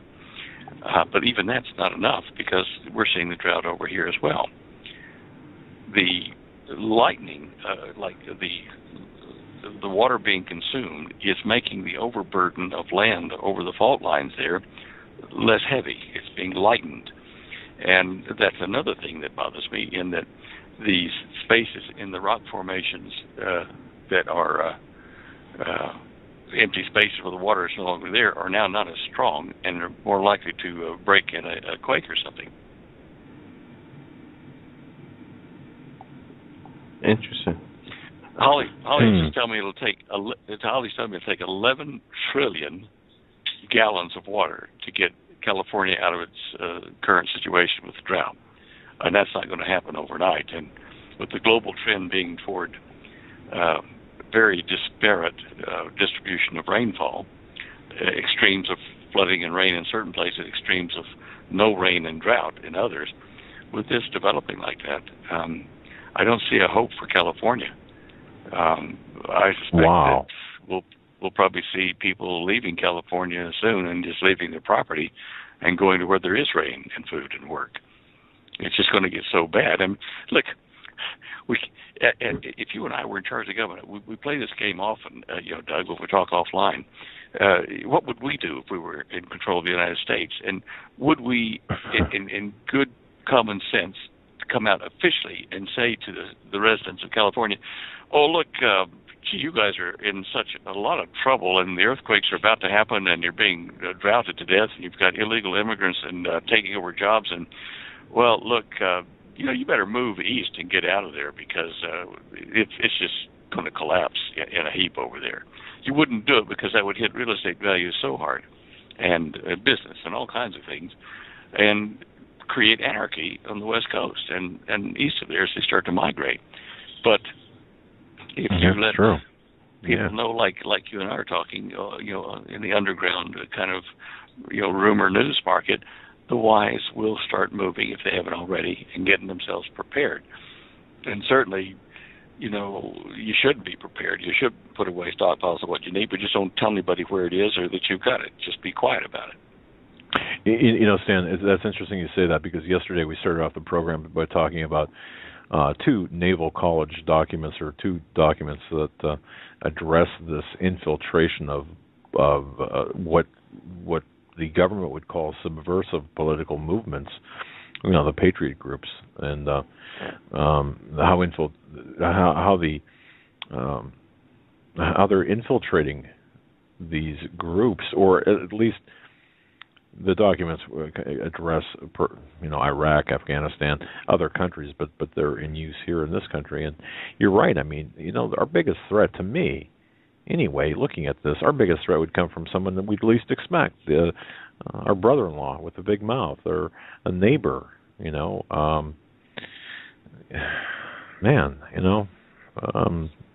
the going gets tough, who's going to sell us out first? I know. And if you have no protection, for you and your family, you just about kind of bend over and kiss it goodbye, But that's why we advocate, making friends with people that are further out in the country, or, making drops of your supplies in places that are perhaps part of a national forest or reserve that no one sees you doing it, and so you've got at least that you can run to if you need to. Right. It's good sense. I mean, military special forces guys have been taught this a long time ago. But if you have no defense, then you have no excuse. You're exactly right.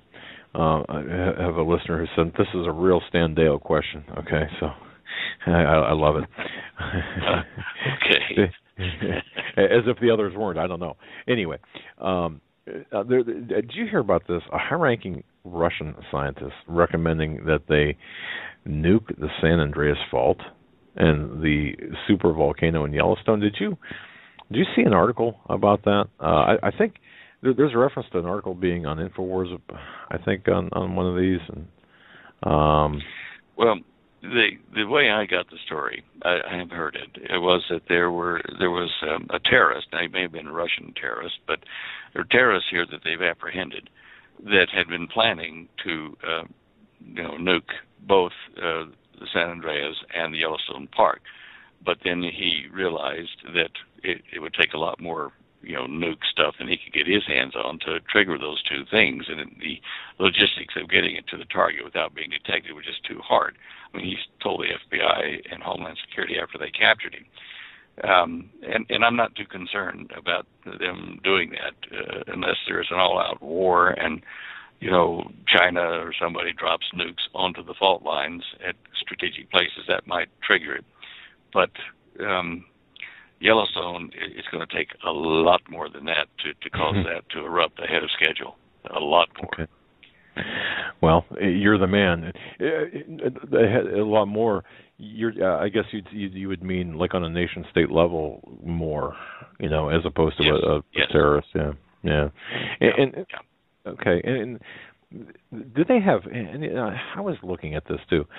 We've got space. I mean, there are space weapons exist, right? Or weapons that can be used from space to, create various satellite-based weapons, space-based weapons. Yeah. We've heard with I think it was M8, M17, the flight that went down in Ukraine that it was at such an altitude that it could not be fired from a rocket. A shoulder-to-air missile could not fire it down, and there's been talk that space-based weaponry, it was possible that could have brought that down. Or even, does the space-based weaponry exist at that level? Oh, it does. It does. We have a number of things out there that have been put up in orbit and are still being put up in orbit and maintained for observing. There's a recon facility that's been very secret until of late in the United States. I forget the exact name of it, but it's like the National Recon Service or something, and they didn't want to make that public because they could look at things in a lot greater detail close up from 22,000 miles out than we can. With aircraft or things like that. I mean, they could do much more than read newspaper print. They could get down and look at, tiny little letters and stuff. What makes up the letter. I mean, and they can scan and do scan and infrared and various other frequencies to get through cloud cover and storms and things like that. As I say, I can't remember the full, the proper name of the reconnaissance group, but it's something reconnaissance, space reconnaissance, signals intelligence or something. Anyway, with them, they have done experiments with microwave to transmit power down to the surface, to be able to collect energy up there or make it nuclear-wise and beam it as a microwave beam to receiver power net and power neighborhoods and stuff with stationary satellites. By the same token, with that kind of a microwave system, you could target somebody's aircraft and fry it and everything on board. Lasers, okay, you couldn't just use a laser by itself. You'd have to use a electric plasma around a laser beam, and they aren't as accurate and easy to direct as, say, a microwave beam would be. But whatever method, I'm sure we do have the facilities out there to direct that kind of destruction to aircraft and to missiles that are launched, and so do the Russians and the Chinese, I'm sure. They can do that. I've been suspicious of a number of things. You're looking at directed energy weapons is what you're talking about, but you can also have like a global field set up which takes moving things at certain altitudes and shorts out their electronics if you power it up. And we've talked about this last year on your show, where that meteor came in over Russia and exploded. It did so, I think, because it was hit by going through a field that had been set up in Europe by the United States at a base they're setting up there at an old abandoned Air Force base.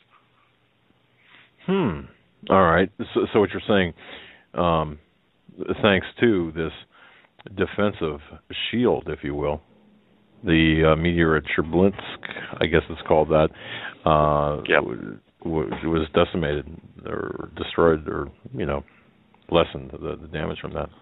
Interesting. Okay, go ahead.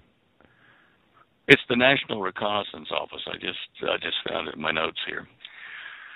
Anyway, look up National Reconnaissance Office and see what they've been doing and what they're willing to release to the public now, and realize that a lot more goes on than you'd ever suspect.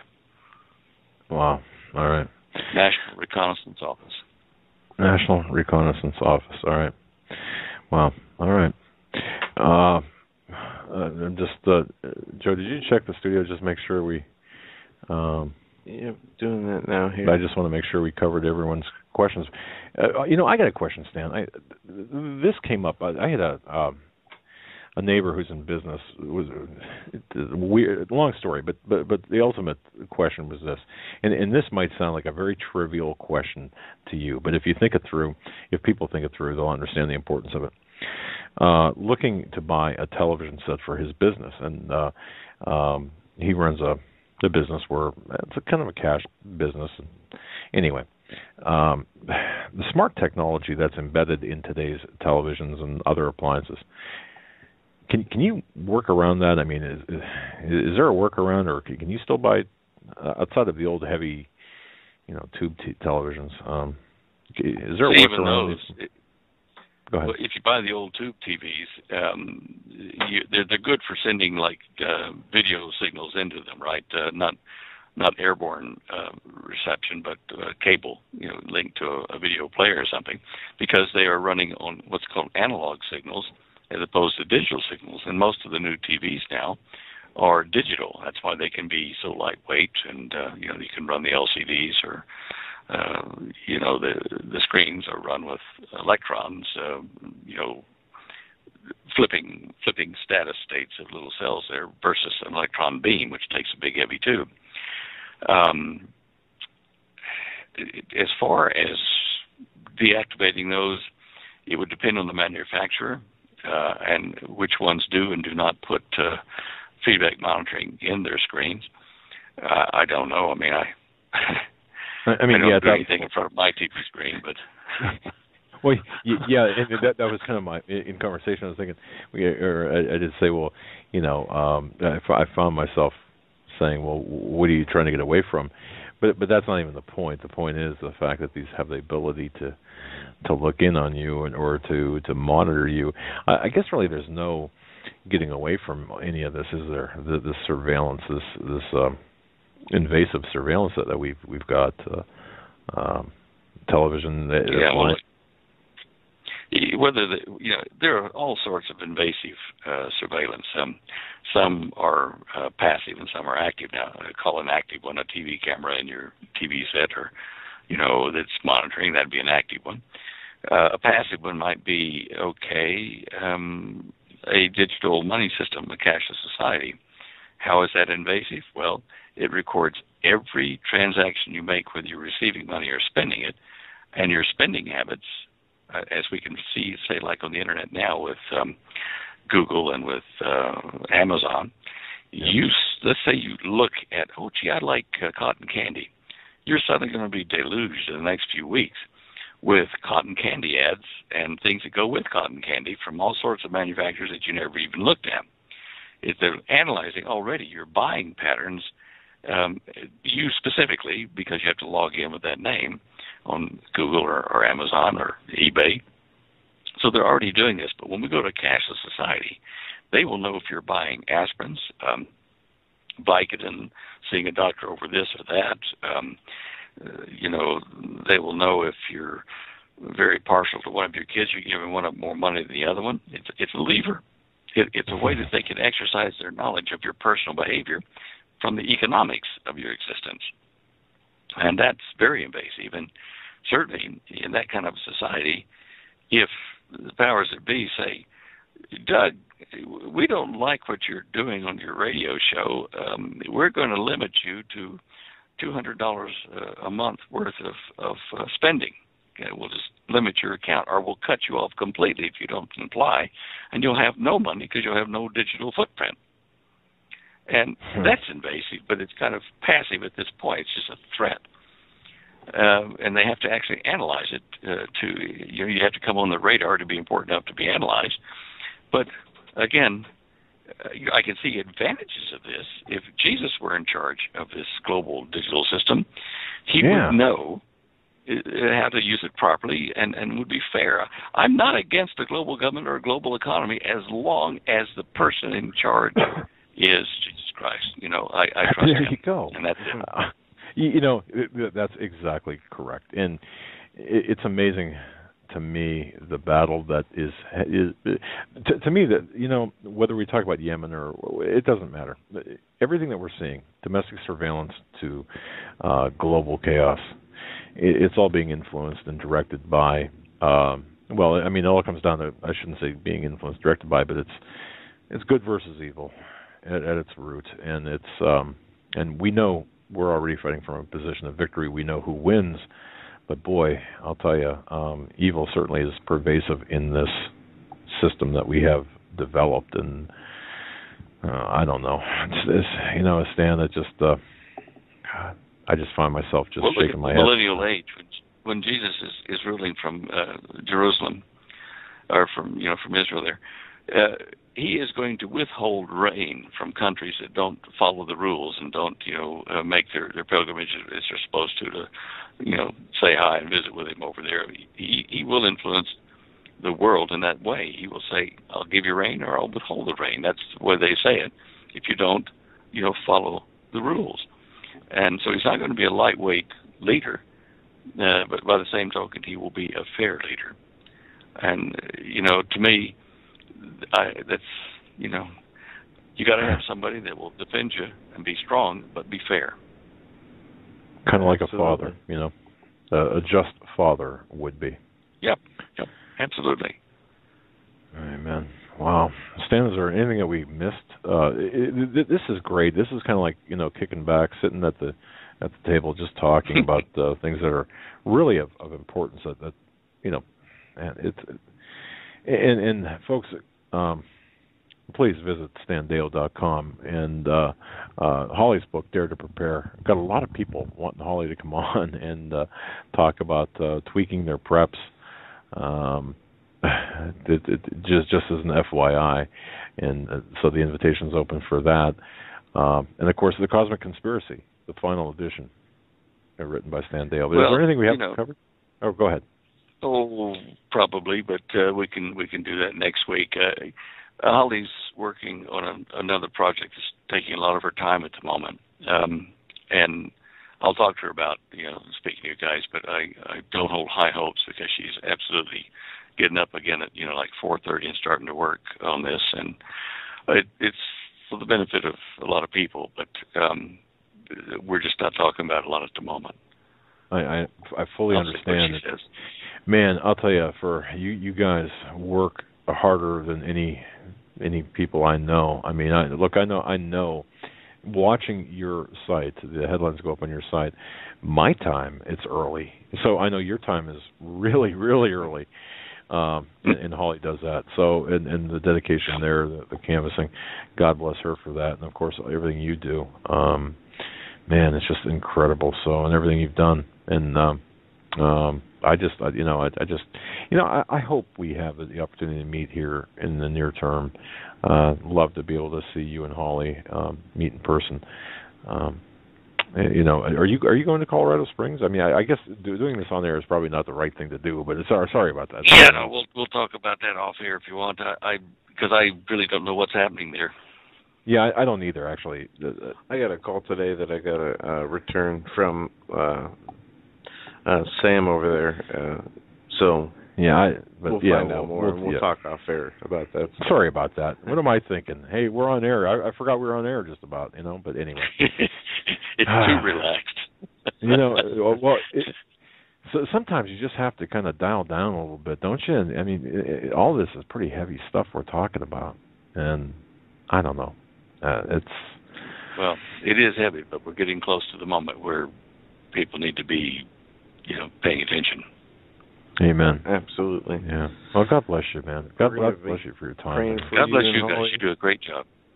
We're going to ask our listeners to keep you guys in their prayers. Yes. And we thank you for your gift of time every week, and we thank you for the sacrifices you make and all the great work you put out and the insight that you add to this show. It is fun, but we just delight in having you every Tuesday. The real Indiana Jones, and just thank you. God bless you, my friend. All right, guys. Well, we'll talk to you later on. Okay. All right, buddy. Thanks, man. Have a good night, Stan. With that, we're going to go to the top of the hour break. We're going to come back with your phone calls at 661-244-9839. That's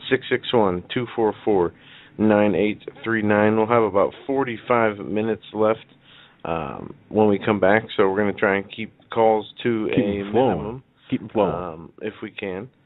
March 2015, I'm Doug Hagman with Joe Hagman, and we're going to be taking your phone calls throughout the remainder of the program.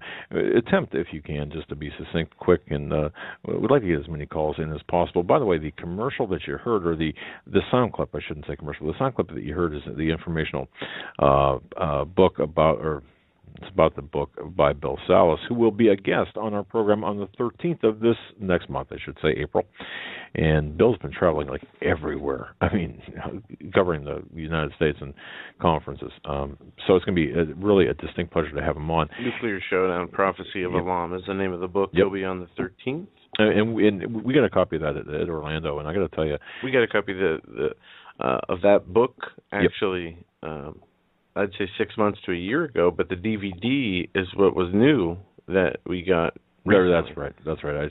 I misspoke on that. Yeah, and also don't forget Paul McGuire, his book Mass Awakening. Actually, that's coming out, or it's. I can't wait to get my copy, and hopefully, it's soon to be, or should have been at the printers last week. But that'll be coming very soon. So anyway, so we're going to go right to the phones. Oh, by the way, if you haven't tasted honesttogoodnesstoffee.com, that's honesttogoodnesstoffee.com. If you go to hagman.com, click on the link. If you haven't tasted that toffee, it's a delicacy. It's really it's a specialized product. It's not something you get at your grocery store or your. No, not at all. And the slabs that you get, you can break it up and put it on your own plating service. And I got to tell you, you will not be sorry. You'll get more compliments and you'll know what to do with. And for those of you who might not have access to the website and want to order this in time, to order, call Jeannie at 949-702-7191. That's 949-702-7191. Or go to www.honesttogoodnesstoffee.com or go to hagmanandhagman.com and find the link from there. Yep. Middle row there, you'll see the nice thing of toffee. So. And if you want to know how good it is, I can have my wife on the air in about 30 seconds, and if her mouth isn't full of toffee, she can explain it to you how good it is, because every time we get some, it seems to disappear, and she is the one I find the crumbs and wrappers lying around. So, no, she loves that stuff, and we do love it. It's very good. And just on this last side note with the toffee, everybody might think, it's unhealthy. It's lots of chocolate. It actually has lots of protein in it for it being a delicacy such as the toffee. So check it out if you haven't yet. You can order as little or as much as you want, but it's I would definitely urge everybody to try it. So with that, let's go to the phones. We're going to go to area code 309 first. 309, thanks for calling. You're live on the Hagman and Hagen Report on this last day of March. Go ahead. Hi there, Doug and Joe. How are you doing tonight? Very well. What's up? Yeah, I'd like to start a prayer chain. My old pastor, Shelley Cunningham, is sick with cancer, and it's going through her bloodstream. And I pray that Jesus heals her in Jesus' name. Amen. Shelley Cunningham? Yeah. What's her? Okay. And from Illinois, is that where you're calling from? Yeah, I'm from Illinois. Yeah, and they moved to. Well, they were in Missouri. I think they're still in Missouri. They moved to Joplin, Missouri, because they were pastors at the Salvation Army, where I used to work and go to church at, and they were my old bosses too. And then they moved to Joplin, Missouri, and bought a place over there, and they were pastors over there for a while. Okay, and one more time, her name again that needs the prayers? Shelley Cunningham. Shelley Cunningham, okay. And in fact, folks, don't discount the power of prayer collectively and individually and collectively. Don't discount that. It's indeed. So we will lift Shelley Cunningham up in prayer for her full recovery and restoration of her body. God bless you, my friend. Boy, it's good to have a friend like Thank you. God bless you. Yeah. All right, buddy. Thanks. Have a great night. Yeah. Shelley Cunningham, lift her up in prayer because one of our sisters in Christ is in need. We're going to go to our question mark line, our unavailable line. It's all ones. So if you hear the beep, you're up. You're live on the Hagman and Hagen Report. Go ahead, mystery caller. You're up. If you can hear us, if you can hear this. Area code 111. 111? Going once? Now we're going to have to put you back on hold then. All right, let's go to 516 next. 516, we're coming to you. You're live on the Hagman and Hagen Report. Hey, Joe and Doug, it's Dave from Long Island. Long Island. All right. Yeah, unfortunately, Doug, I'm still here in New York with Governor Cuomo. I can't believe this guy is going to probably receive Holy Communion this Easter. And what he just came out against Indiana, I think that's the governor of Indiana, Pence. Right, Mike Pence. I just can't believe. Huh? Yeah, Mike Pence of Indiana, who... Cuomo stopped all non-essential interstate travel to Indiana in a boycott of the... Well, I thought it was a Connecticut governor that did that. Well, so did Cuomo. Cuomo, too? They're morons. Okay, I'm sorry. I don't know how else to describe it. Yeah. Look. I wanted to go with a girl I was going when I was in fornication. And I wanted to go to Dutch, the Pennsylvania Dutch or whatever. The Amish. And she said, call up, and I wanted to make a reservation on the motel. She goes, The lady in the motel goes, are you married? I said, no. She goes, I'm sorry, but you can't stay at our motel because you're not married. I didn't make a big stink about it. She was telling the truth. It was wrong what I was going to do, but I respected her. I didn't go to court and take them all this and that. But I don't want to get off there. I know you want to do as much time, as fast as I can. But Joe, being that it's Easter, and I'm going to be going, to hopefully to church, and this is the time of, the Passion of Christ. And I think it was 2 years ago, Joe, and I never mentioned this in all the time that I called, but I'm reading from the teleprompter here. I never told you what pleasure I had when you said you watched the Passion of the Christ, and said anyone who could watch that and be not brought to a tear, or many. I don't want to misquote you, but you said something like that. And I would suggest to everyone, watch it this week or whenever, and see how much Jesus loved you. For all of us, even you Muslims, I just want to say that. And when you envelop yourself in that picture and you see how much suffering he endured for all of us, it's a lot easier I feel, to go through what we're going through now, being persecuted, many of us are, and the coming persecution against us. That's number one. The next thing I want to say real quick is O'Reilly. When I saw O'Reilly's Killing Jesus advertisement and looked at Jesus, I was amazed at his eyes and face. His eyes and expression just didn't seem right. They were like dark eyes. And it just, I didn't know anything about it. But then I found out he was an actor who was a Muslim. And I was just blown away. And I would never go see the picture. It's unbelievable that O'Reilly would do such a thing. Put a Muslim play Jesus, and he just didn't have the expressions of the old Jesus that I had seen in other films. And that would be, I'm going to make a movie myself. I'm making a movie, and I'm going to have Netanyahu play Mohammed. That's the same thing almost. Okay. We'll convoluted, but okay, I get you. Yeah, I know, I understand what you mean. But imagine them reacting to Netanyahu playing Mohammed. Well, they'd be rioting in the streets over there. Okay? And hence the other difference. Yeah, go ahead. I'm sorry. And real quick, I want to say to all the parents of the veterans deceased in VA hospitals, all the veterans out there, their families, just know that you are all loved, and you will see your family in heaven one day. Those guys and gals that laid down their lives, Matt Tillman, all of those guys, all the SEALs that were slain, killed, probably on purpose. Don't worry. You'll see your sons in heaven, I guarantee you, and you will have a joy that will be, you can't imagine the joy that you will have when you see them in heaven.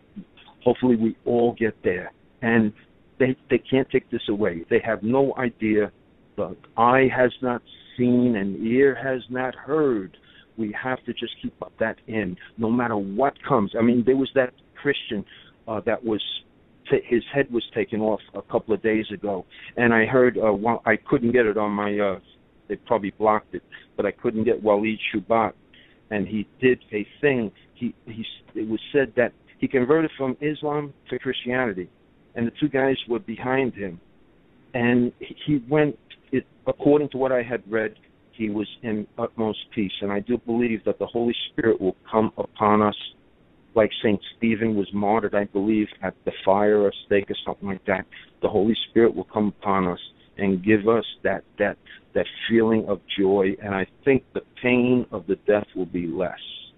And I just want to give a shout-out to all the veterans that might be contemplating suicide. Please, again, I must say this, please, my brothers, my sisters, whoever you are that might be contemplating suicide, your cross is heavy, but so is the Lord's cross. You are so close. The more you suffer, the more that cross is laid upon you, the more closer you are to your Lord. Just hang in there, and I tell you, you will be in heaven one day. We all will be. Those that the Lord knows what kind of cross to give you, and He has given you a heavy cross. Just bear with it. You have no idea how close you are. And I just say it again, watch The Passion of the Christ. And the last thing I want to say is a little prayer. Glory be to the Father, our Creator. And we all pray to the same God. The Muslims and the Christians, we all do pray to the same God. So all you Muslims and Christians, let's get down and we could say, glory be to the Father and to the Son. No, I got to stop you right there, man. We do not all pray to the same God. I'm being sarcastic, Doug. I know. Okay. I'm being a little sarcastic there. They say we pray to the same God. So I'm saying we pray to our God. So I guess the Muslims are praying to. I'm being sarcastic, but glory be to the Father and to the Son and to the Holy Spirit, and then. Just remember this, I say this, O blood and water, which gushed forth from the heart of Jesus, as a fountain of mercy for us. I trust in you. So I thank you much, my brothers and sisters. Thanks, Dave. And everybody out there. Appreciate that. Thank you so much. Appreciate your call, buddy. Appreciate that. You hang in there. You're Glad welcome. to hear you in a much better mood. God bless everybody. And God bless the veterans and all you people, all our troops. God bless. And God bless Texas and Alabama. Thank you. All right. You know, the Indiana governor, Mike Pence, folks, look, ABC this week, I think it was, Mike Pence was on, well, he was on several shows. He defended his position about the state's Religious Freedom Restoration Act at issue here. In case you're wondering what this is, Religious Freedom Restoration Act. Yeah, what they did is basically re-legalize the First Amendment. Well, right, but do you morons out there? And I'm sorry, do you progressive Marxist, intellectual, moronic people understand this act was signed into federal law by Clinton more than 20 years ago? Yeah, 93. Okay, it lays this framework for ensuring that a very high level of I guess scrutiny is given at any time government actions impinge upon religious liberty of any American. And you just go back to the Hobby Lobby case. But it's amazing how this renegade in chief and everyone around this and these progressives are just taking this out of, these Marxists are taking this out of context. It's just amazing. Go ahead. Let's go to our international line. I want to say it's country code 15 or 150. I'm not sure. I got to get that down. But international line. You're live on the Hagman and Hagman Report. Hey, Doug and Joe. How are y'all doing? Very well. This is Bob in Guatemala. Hey, Bob. Bob in Guatemala. Hey, listen. I bet you it's a little warmer down there than it is up here. Well, I live up in the mountains, so it's about 52 degrees here tonight. But that's normal. So it's wonderful to have a very nice T-shirt kind of day, and then a nice cool evening with a fireplace. So, yeah. Awesome. Hey, listen, I've sent you a couple of emails, and I haven't gotten a response. I don't know if I even ought to mention this, what my question has been, because I've really been interested. Can I ask the question anyway? Or do you know what I'm talking about? About Yemen? Where? No, Yemen, but the second part of that question. Do you have my email in front of you? Yeah. I don't know if I can say. Do you want me to say that there or not? I don't know. Joe, it might be top. Where's W? What is the question? Oh, yeah. No, he's working on it. We've lost touch. I mean, there's nothing nefarious here. He's working on some projects. He's okay. That's good. That's all I needed to know. Yeah, okay. Yeah. I mean, no, okay. There's no message there. Okay, cool. So it's okay. I've been praying for him because I haven't heard anything lately, and it's like, man, I hope he's all right. It's like sometimes when you guys are on, and all of a sudden it's either my internet connection goes down or something else happens, and it's like I can't get on. And the other day I couldn't find Steve Quayle. I couldn't get on you guys. I said, oh my gosh, is this the day it happened? It's on my end of the line. So, I says, I'll start calling people. I said, can you get on? Can you get this point? It's like, yeah. I said, okay, well that's good. So it's all better, but yeah. Yeah. Hey, yeah, but that thing about Yemen, I sent you. I know that's a choke point and all that kind of stuff because it was a really good article off of Daily Mail that Steve posted the other day. But I sent you that link to that thing about the Stargate, which was offshore. That when the Somalia pirates were all over the place down there, and people were interdicting against them, and et cetera, et cetera. But I haven't heard anything else about that Stargate lately. But it's like that's right there where it is. So. I didn't know if that had anything to do with all this mess down there or not.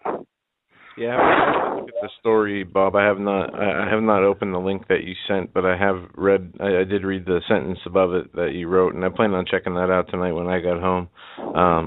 It doesn't seem out of the realm of possibilities. We know that military has been used to protect ancient secrets and ancient technological things that we have no idea that are even there, and it surely could be a possibility. And I'll have to do some digging in there further, and maybe even talk to a few people who might be in the know more so than myself.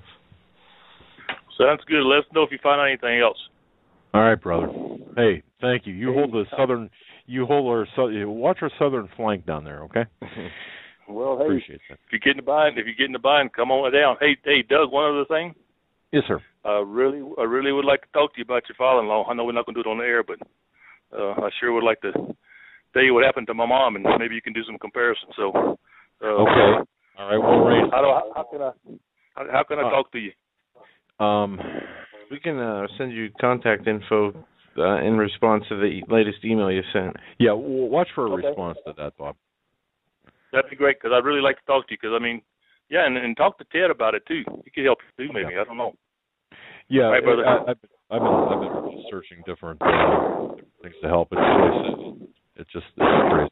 All right, brother. It's like a lot of things. It's like a lot of other things. You guys say, follow the money. That's okay? right. Yeah, you're okay. Love you guys, and pray for you all the time, and just God keep you safe. And you as well. Thanks. God bless you. Have a good night. Take care. All right, let's go to area code 414. We're coming to you now. You're live on the Hagman and Hagman Report. Hey, this is Fanzilla checking in. How you guys doing tonight? Good. Glad you're checking in, man. 414. Tell me again where that is. Milwaukee, Wisconsin. Milwaukee. Thank you. I should know that. I got family in Milwaukee. All right. That's shows how often you stay in touch. Well, yeah. Right. Okay, I have a question. Is it possible that the world leaders know that there's either an extinction level event coming or financial collapse, etc., and they're using the rows of or the rules of war, or like the world of like a stage to pre-position their militaries, like Russia's here, ours is over theirs, under the cover or act of war, for when the event happens, because it's easier for the foreign militaries to fire on not their own people and ours theirs. You see what I'm saying? It's easier for... Well, that's kind of what Stan stated, that why have foreign military training over here? And Stan's answer to that was, well, they've got no emotional ties or familial ties here. So, who cares? It's easier to, I guess at that level, it's easier to kill someone you have no ties to, emotional or family or otherwise. And you consider, someone different in ideology and even culturally. That's my thinking. But yeah, I mean, but why? Okay, so you're saying, is there like an ELE, extinction level event that's perhaps looming in our not too distant future? Well, I don't know if it has to be that. If it wasn't an extinction level event, they wouldn't need the prepositioned assets. However, think of it in terms of the economy. That would be a problem. Because, it would be total anarchy and chaos. Right, and then like Brother Quill says, he says that maybe that is the plan, but then they're not gonna follow the script. They're gonna take it one step further, and Russia's gonna go ahead and take out the military, the police officers, and so on and so forth. And I want to thank you guys for the quick upload on the YouTube channel. That's a blessing. It's available and real quick now. That's nice. I continue to pray for you guys, Steve, Joe, Doug, Pastor Langford, and I also have a one-up on Brother Quayle. I pray in the steam room also.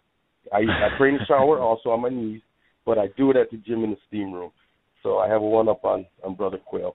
There you go. You guys, I continue to be in my prayers, and have a good night. All right, good night. You too. You have a good night. Thanks for calling. You too. Yep. God bless. All right, we're going to go to a caller here. They're not in the queue to speak, but I do. We're going to drag them on. We're going to call you up. Marilyn, who sent us a letter saying she's been on hold all the time. Joe has had this letter, by the way, on his studio desk, taped near the wall. I've been waiting to find the number. Yeah, and I did just have it here. Let's see. Is this Maryland? Is this Maryland from North Dakota? No. 701? 701. We're paging you. See, this is live radio. Can you hear us? We just put you on air. You're on air. Okay, this is Marilyn. I'll put you back on hold. All right. And just to let you know, Marilyn, if you do want to call in, we have been waiting and looking for you. Paging Marilyn. You press 1 if you want to come on air, but I'll keep looking in the below the queue section. That's right. Until we do find you and get you on air. But in the meantime, we're going to go to area code 870. We're going to go there now. You're live on the Hagman and Hagman Report. 870. Hey, look, we'll call you, okay? 870. We got your number. We'll call you. We should do that to the certain numbers there. Anyway. I heard someone. 870? Yeah, you're up. All right. Back on hold, and we're going to go back to our international line. We're going to try this. Area code country code 197. 19, I think. Yeah. Or 19. You're live on the Hagman and Hagman Report. Would that be me? That would Jerusalem? be you. Yes. Okay. Just as a point of hello, Shalom from Jerusalem. As a point of historical fact, the Emperor Hadrian, who reigned during 132 to 136 in the Common Era, during the Second Roman-Jewish War, he suppressed the Bar Kokhba revolt in Judea. It was spelled in Latin Judaea, Judea. And he murdered 580,000 Jews that still remained after the temple was destroyed.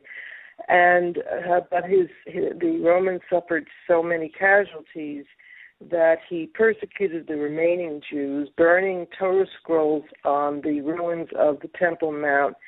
And because he had so much hatred of what he went through with fighting the Bar Kokhba revolt, he wanted to erase any memory of Judaism in that area, in that province. So he renamed the name of Judea to Syria Palestina. Palestina is the Latin word for Philistine. In Hebrew, that's Plishtim, which means invaders, like Goliath was the Philistine. So that I just wanted to educate you on that. Well, we are so educated, but we also okay. Now, respectfully speaking, now, okay, the name Palestine. Okay, once again, okay, do we not? Is there not controversy over the origin of the word Palestine, despite what you just said? Okay, with respect to the Judea and such. The word Palestine. Well, before 1947, it was called Palestine ever since Hadrian named it Palestine. And as a matter of fact, the first Jews that came to this area after the Mandate were called Jewish Palestinians. You know, my father-in-law, when he came here before 1947, was a Palestinian. That was the name of this area. It was so named after Hadrian renamed it. They honored that name. They didn't call it Judea. They didn't call it Israel. Okay, but if you go back to the 5th century BC, the historian Herodotus, I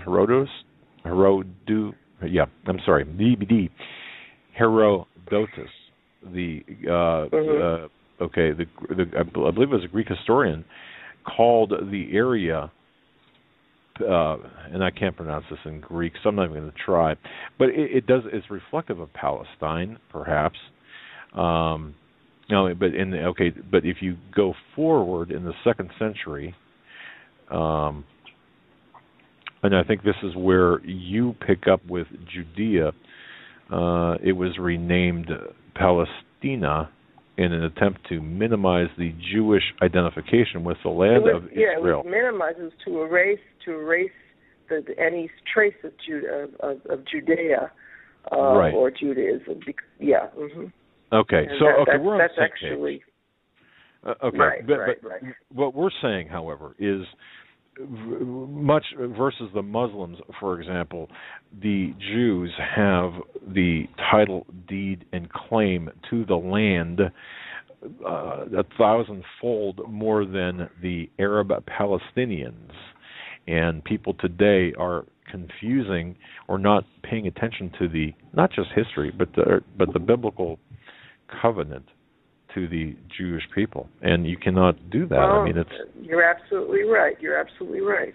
There's no question about it. But it was actually Hadrian, who was the emperor, who renamed it officially. If you look it up in, I just got it on Wikipedia, but I knew about it beforehand because Rabbi Kahana used to talk about that. It was Hadrian he was like in the 2nd century. He so despised Judea that he had to rename it to erase that name. So that's where it came from, Palestina. That's just wanted to clarify that. Gotcha. But anyway, you wouldn't know that we were surrounded by so many enemies because everybody's very excited about the upcoming Passover festival. Everybody's a smile on their face, busy getting ready for the holiday. And I see a heavy presence of soldiers on the street, much heavier than in the past. And we're aware of the danger we're in, but there's nothing new to this area. So I just want to let you know that people are still very upbeat.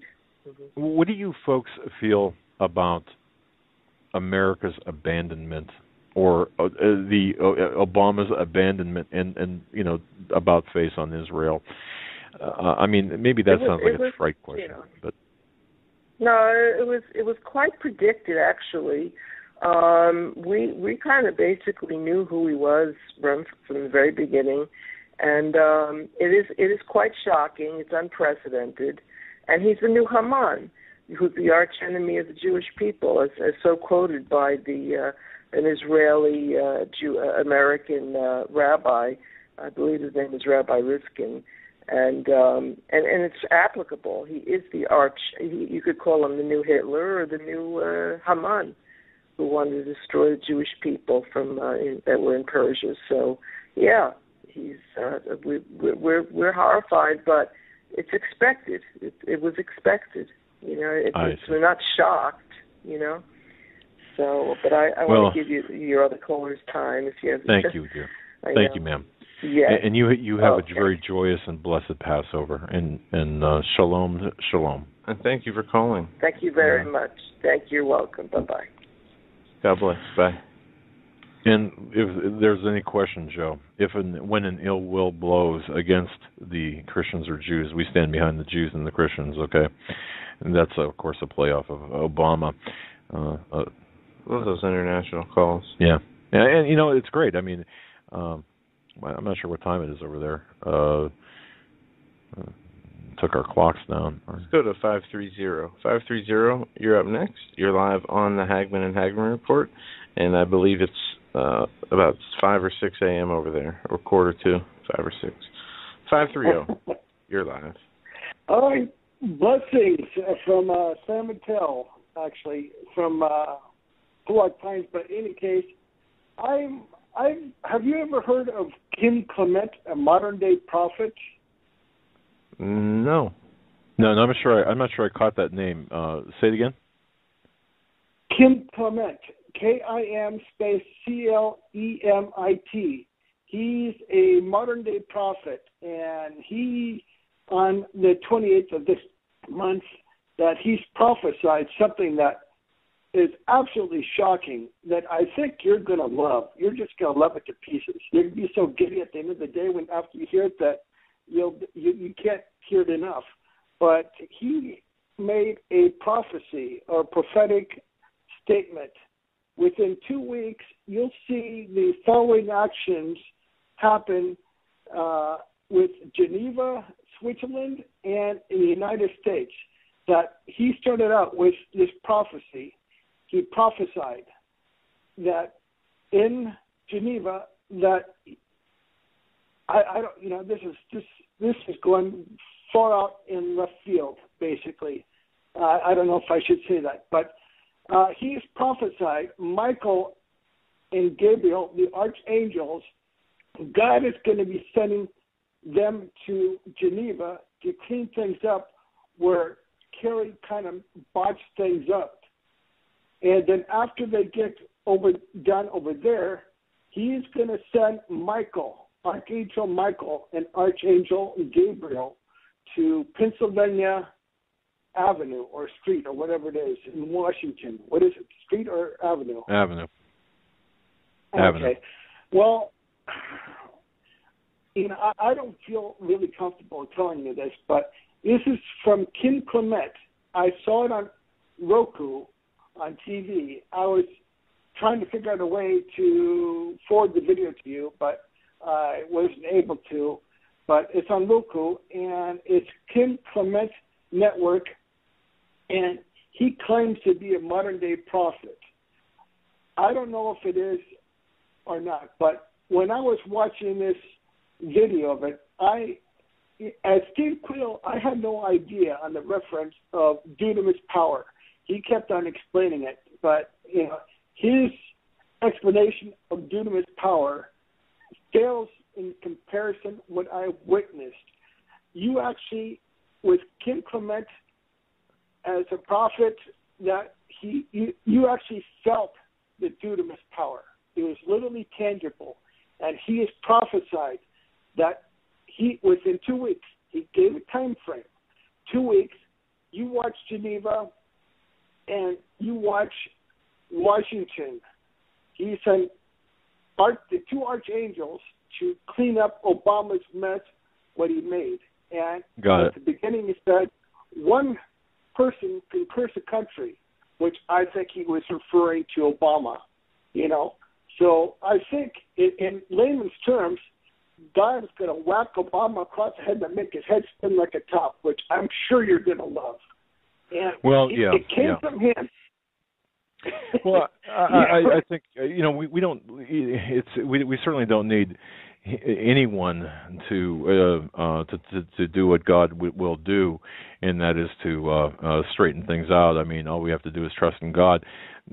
We don't know this person, of course. However, that being said, it doesn't matter.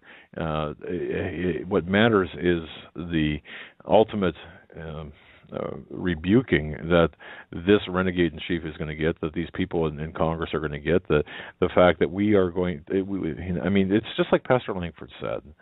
The immorality, everything that we've done in this country is we must repent, and we're going to have to answer for this. So, but however, God's judgment is coming. So, God's judgment is coming. Well, but go ahead. Yeah, okay. I know that you more or less agree with me that you got you would love to send dog poop to Obama. Sorry. Well, but yeah, I love that idea. Yeah, I think. Well, thank you very much for your call, and that's a reference. I think I made a reference. A passing reference to. My goodness, I'd just love to send a bag of dog poop there because, really, I don't know. I can't remember in what context I did say that, but. We certainly don't wish him any harm, or anyone else. But we got to send a message. We have to send a message, don't we? We've got to stand up and say, not us, not here, not now. We're not going to allow this to happen to our future generations. And we have to stand up for what is right, what is moral, and what is for God. We have to stand up for as Christians. We have to be Christians. So. It's going to be a cleanup on aisle 1600 Pennsylvania Avenue, okay, and as well as the Congress as well, too. I think. Yeah. Well, I'll make it really short. I'll say two short things. I just love how much generosity you have towards Barack Obama, and also if you can. Watch on Roku. I don't know if you have Roku. You might be able to catch it on YouTube or whatever. But it's Kim Clement. Yeah, we got. Yeah, okay. we got that. We'll take a look and we'll evaluate this and who knows? There's a lot of people out there, but we want to thank you so much for that piece of information. Interesting indeed. All right, we're going to try to fit one more call in here. My apologies, caller. We cut you off too soon. We're going to try to fit one more caller in here before the end of the program because there's just a lot of information that we got to get through. A lot of people I would like to get through, and I think I just hit a button here. Did I? That just knocked a few people off. Did I just clear half the board? I don't know, but we still have some people on. We're going to go to area code 561. 561, we're coming to you. You're live on the Hagman and Hagman Report. Hello, this is Phil McKenzie from Florida. Hey, Phil. I just wanted to say I own a tobacco shop, and I have to go through all the government's mandates and taxes and all that. And by October, all shops and all people are going to have credit cards that have chips in them. So I have to get a processor that can actually take it, you know what I mean? Make sure you have to get a special processor or stuff. So what's the next step after everything will be transacted by a chip from a credit card? Ugh. Well, this is coming to the top. You know, this is to our home. This is really happening, whether people like it or not. You know, I got a new debit card, ATM card in the mail. I mean, I've had my old one. Well, I don't know. You know how the banks send you a new card because your old one expires. Mine expired, I don't know, yet last month or something, or this month. Anyway, I got a new one, and the old one had. I took it. I took the peeling off of it, the front layer off of it, and here embedded in. I mean, the tiniest, thinnest square. There was a chip inside. And I don't know why that should surprise me or anyone else, but in the newer cards that we've gotten, Joe's got a similar one. It's almost translucent, where you can see the chip or the, what would you call that? I guess the circuit chip thing. Right. A customer came in. He got one because he's kind of a stock market person and all that, so he likes to be ahead of the time or whatever. He's even concerned. And he's not even like a Christian guy looking at the prophecies and everything. Well, how can you? Okay, so because I know that I've been involved in businesses where they've taken credit cards and you know, it used to be the old machines that you put the card in, the 3 pages of carbon paper, and people probably have no clue. The younger people have got no clue what I'm talking about. Yeah, do you know what I'm talking about? You set the card in, paper over it. Yeah, actually. And you move the handle from left to right and back again, and you sign it, and it destroys the carbon. Old school. Yeah, I know. It shows my age, but well, it's coming, isn't it? I mean, you see it. Mm-hmm. It's coming. Right. And I'm just glad that there's people like you guys out there. I asked the Lord about 3 years ago. I was like, you know what? I just am sick of everything, like the drugs, the alcohol, blah, blah, blah. I was like, just give me something to do, you know, like someone to listen to, someone to help me through. And I looked up Steve Quayle, and he happened to be on your show, and I've been listening to you guys like every day. Well, cool, man. Cool, I appreciate that. You know, and thanks for being a business owner. But just remember, you didn't build that business that you're. Oh gosh. Think about that. Thanks for that. Taxes. Yeah. Oh, right. Man. Oh, well, it's great to have you call in and talk about this, and yeah, I think people need to start paying attention to what we're carrying around with us. And but by the way, those cards with the chips in them, walk by, and they're even more sensitive. If you walk by one of those things on the counter, what do you call those things? That you scan. Well, you wave the card over them. You know. Yeah. They're more sensitive, and even if you like hand the card to the cashier, that scanner thing could very well pick it up. So invest perhaps in some wallet kind of thing that'll protect that. Anyway, caller, God bless you, man. Thank you so much. Yeah, God bless you guys. We're out of time. All right, buddy. That'll do it for tonight. Tomorrow we will be back here with Doc Marquis. Doc Marquis. He will be our guest tomorrow night. Not going to want to miss it. Yeah, he is a friend, a previous guest of the show. His website, It's a God Things Production 777, and you're not going to want to miss what he has to say. It's a God Thing Production 777. Yeah, we'll link to it off of Hagman.com and tomorrow's meeting. A well sought after speaker. He is the creator of a huge DVD series on the apostasy of the church and the coming deception in the end times that we live in. And Thursday, Steve Quayle, and 2 guests to be announced, and then Friday, Nathan Leal. Oh my goodness! Information jam-packed the rest of the week. You're not going to want to miss it. Until tomorrow with Doc Marquis, God bless, stay safe, have a great weekend. Good night. Or have a great night.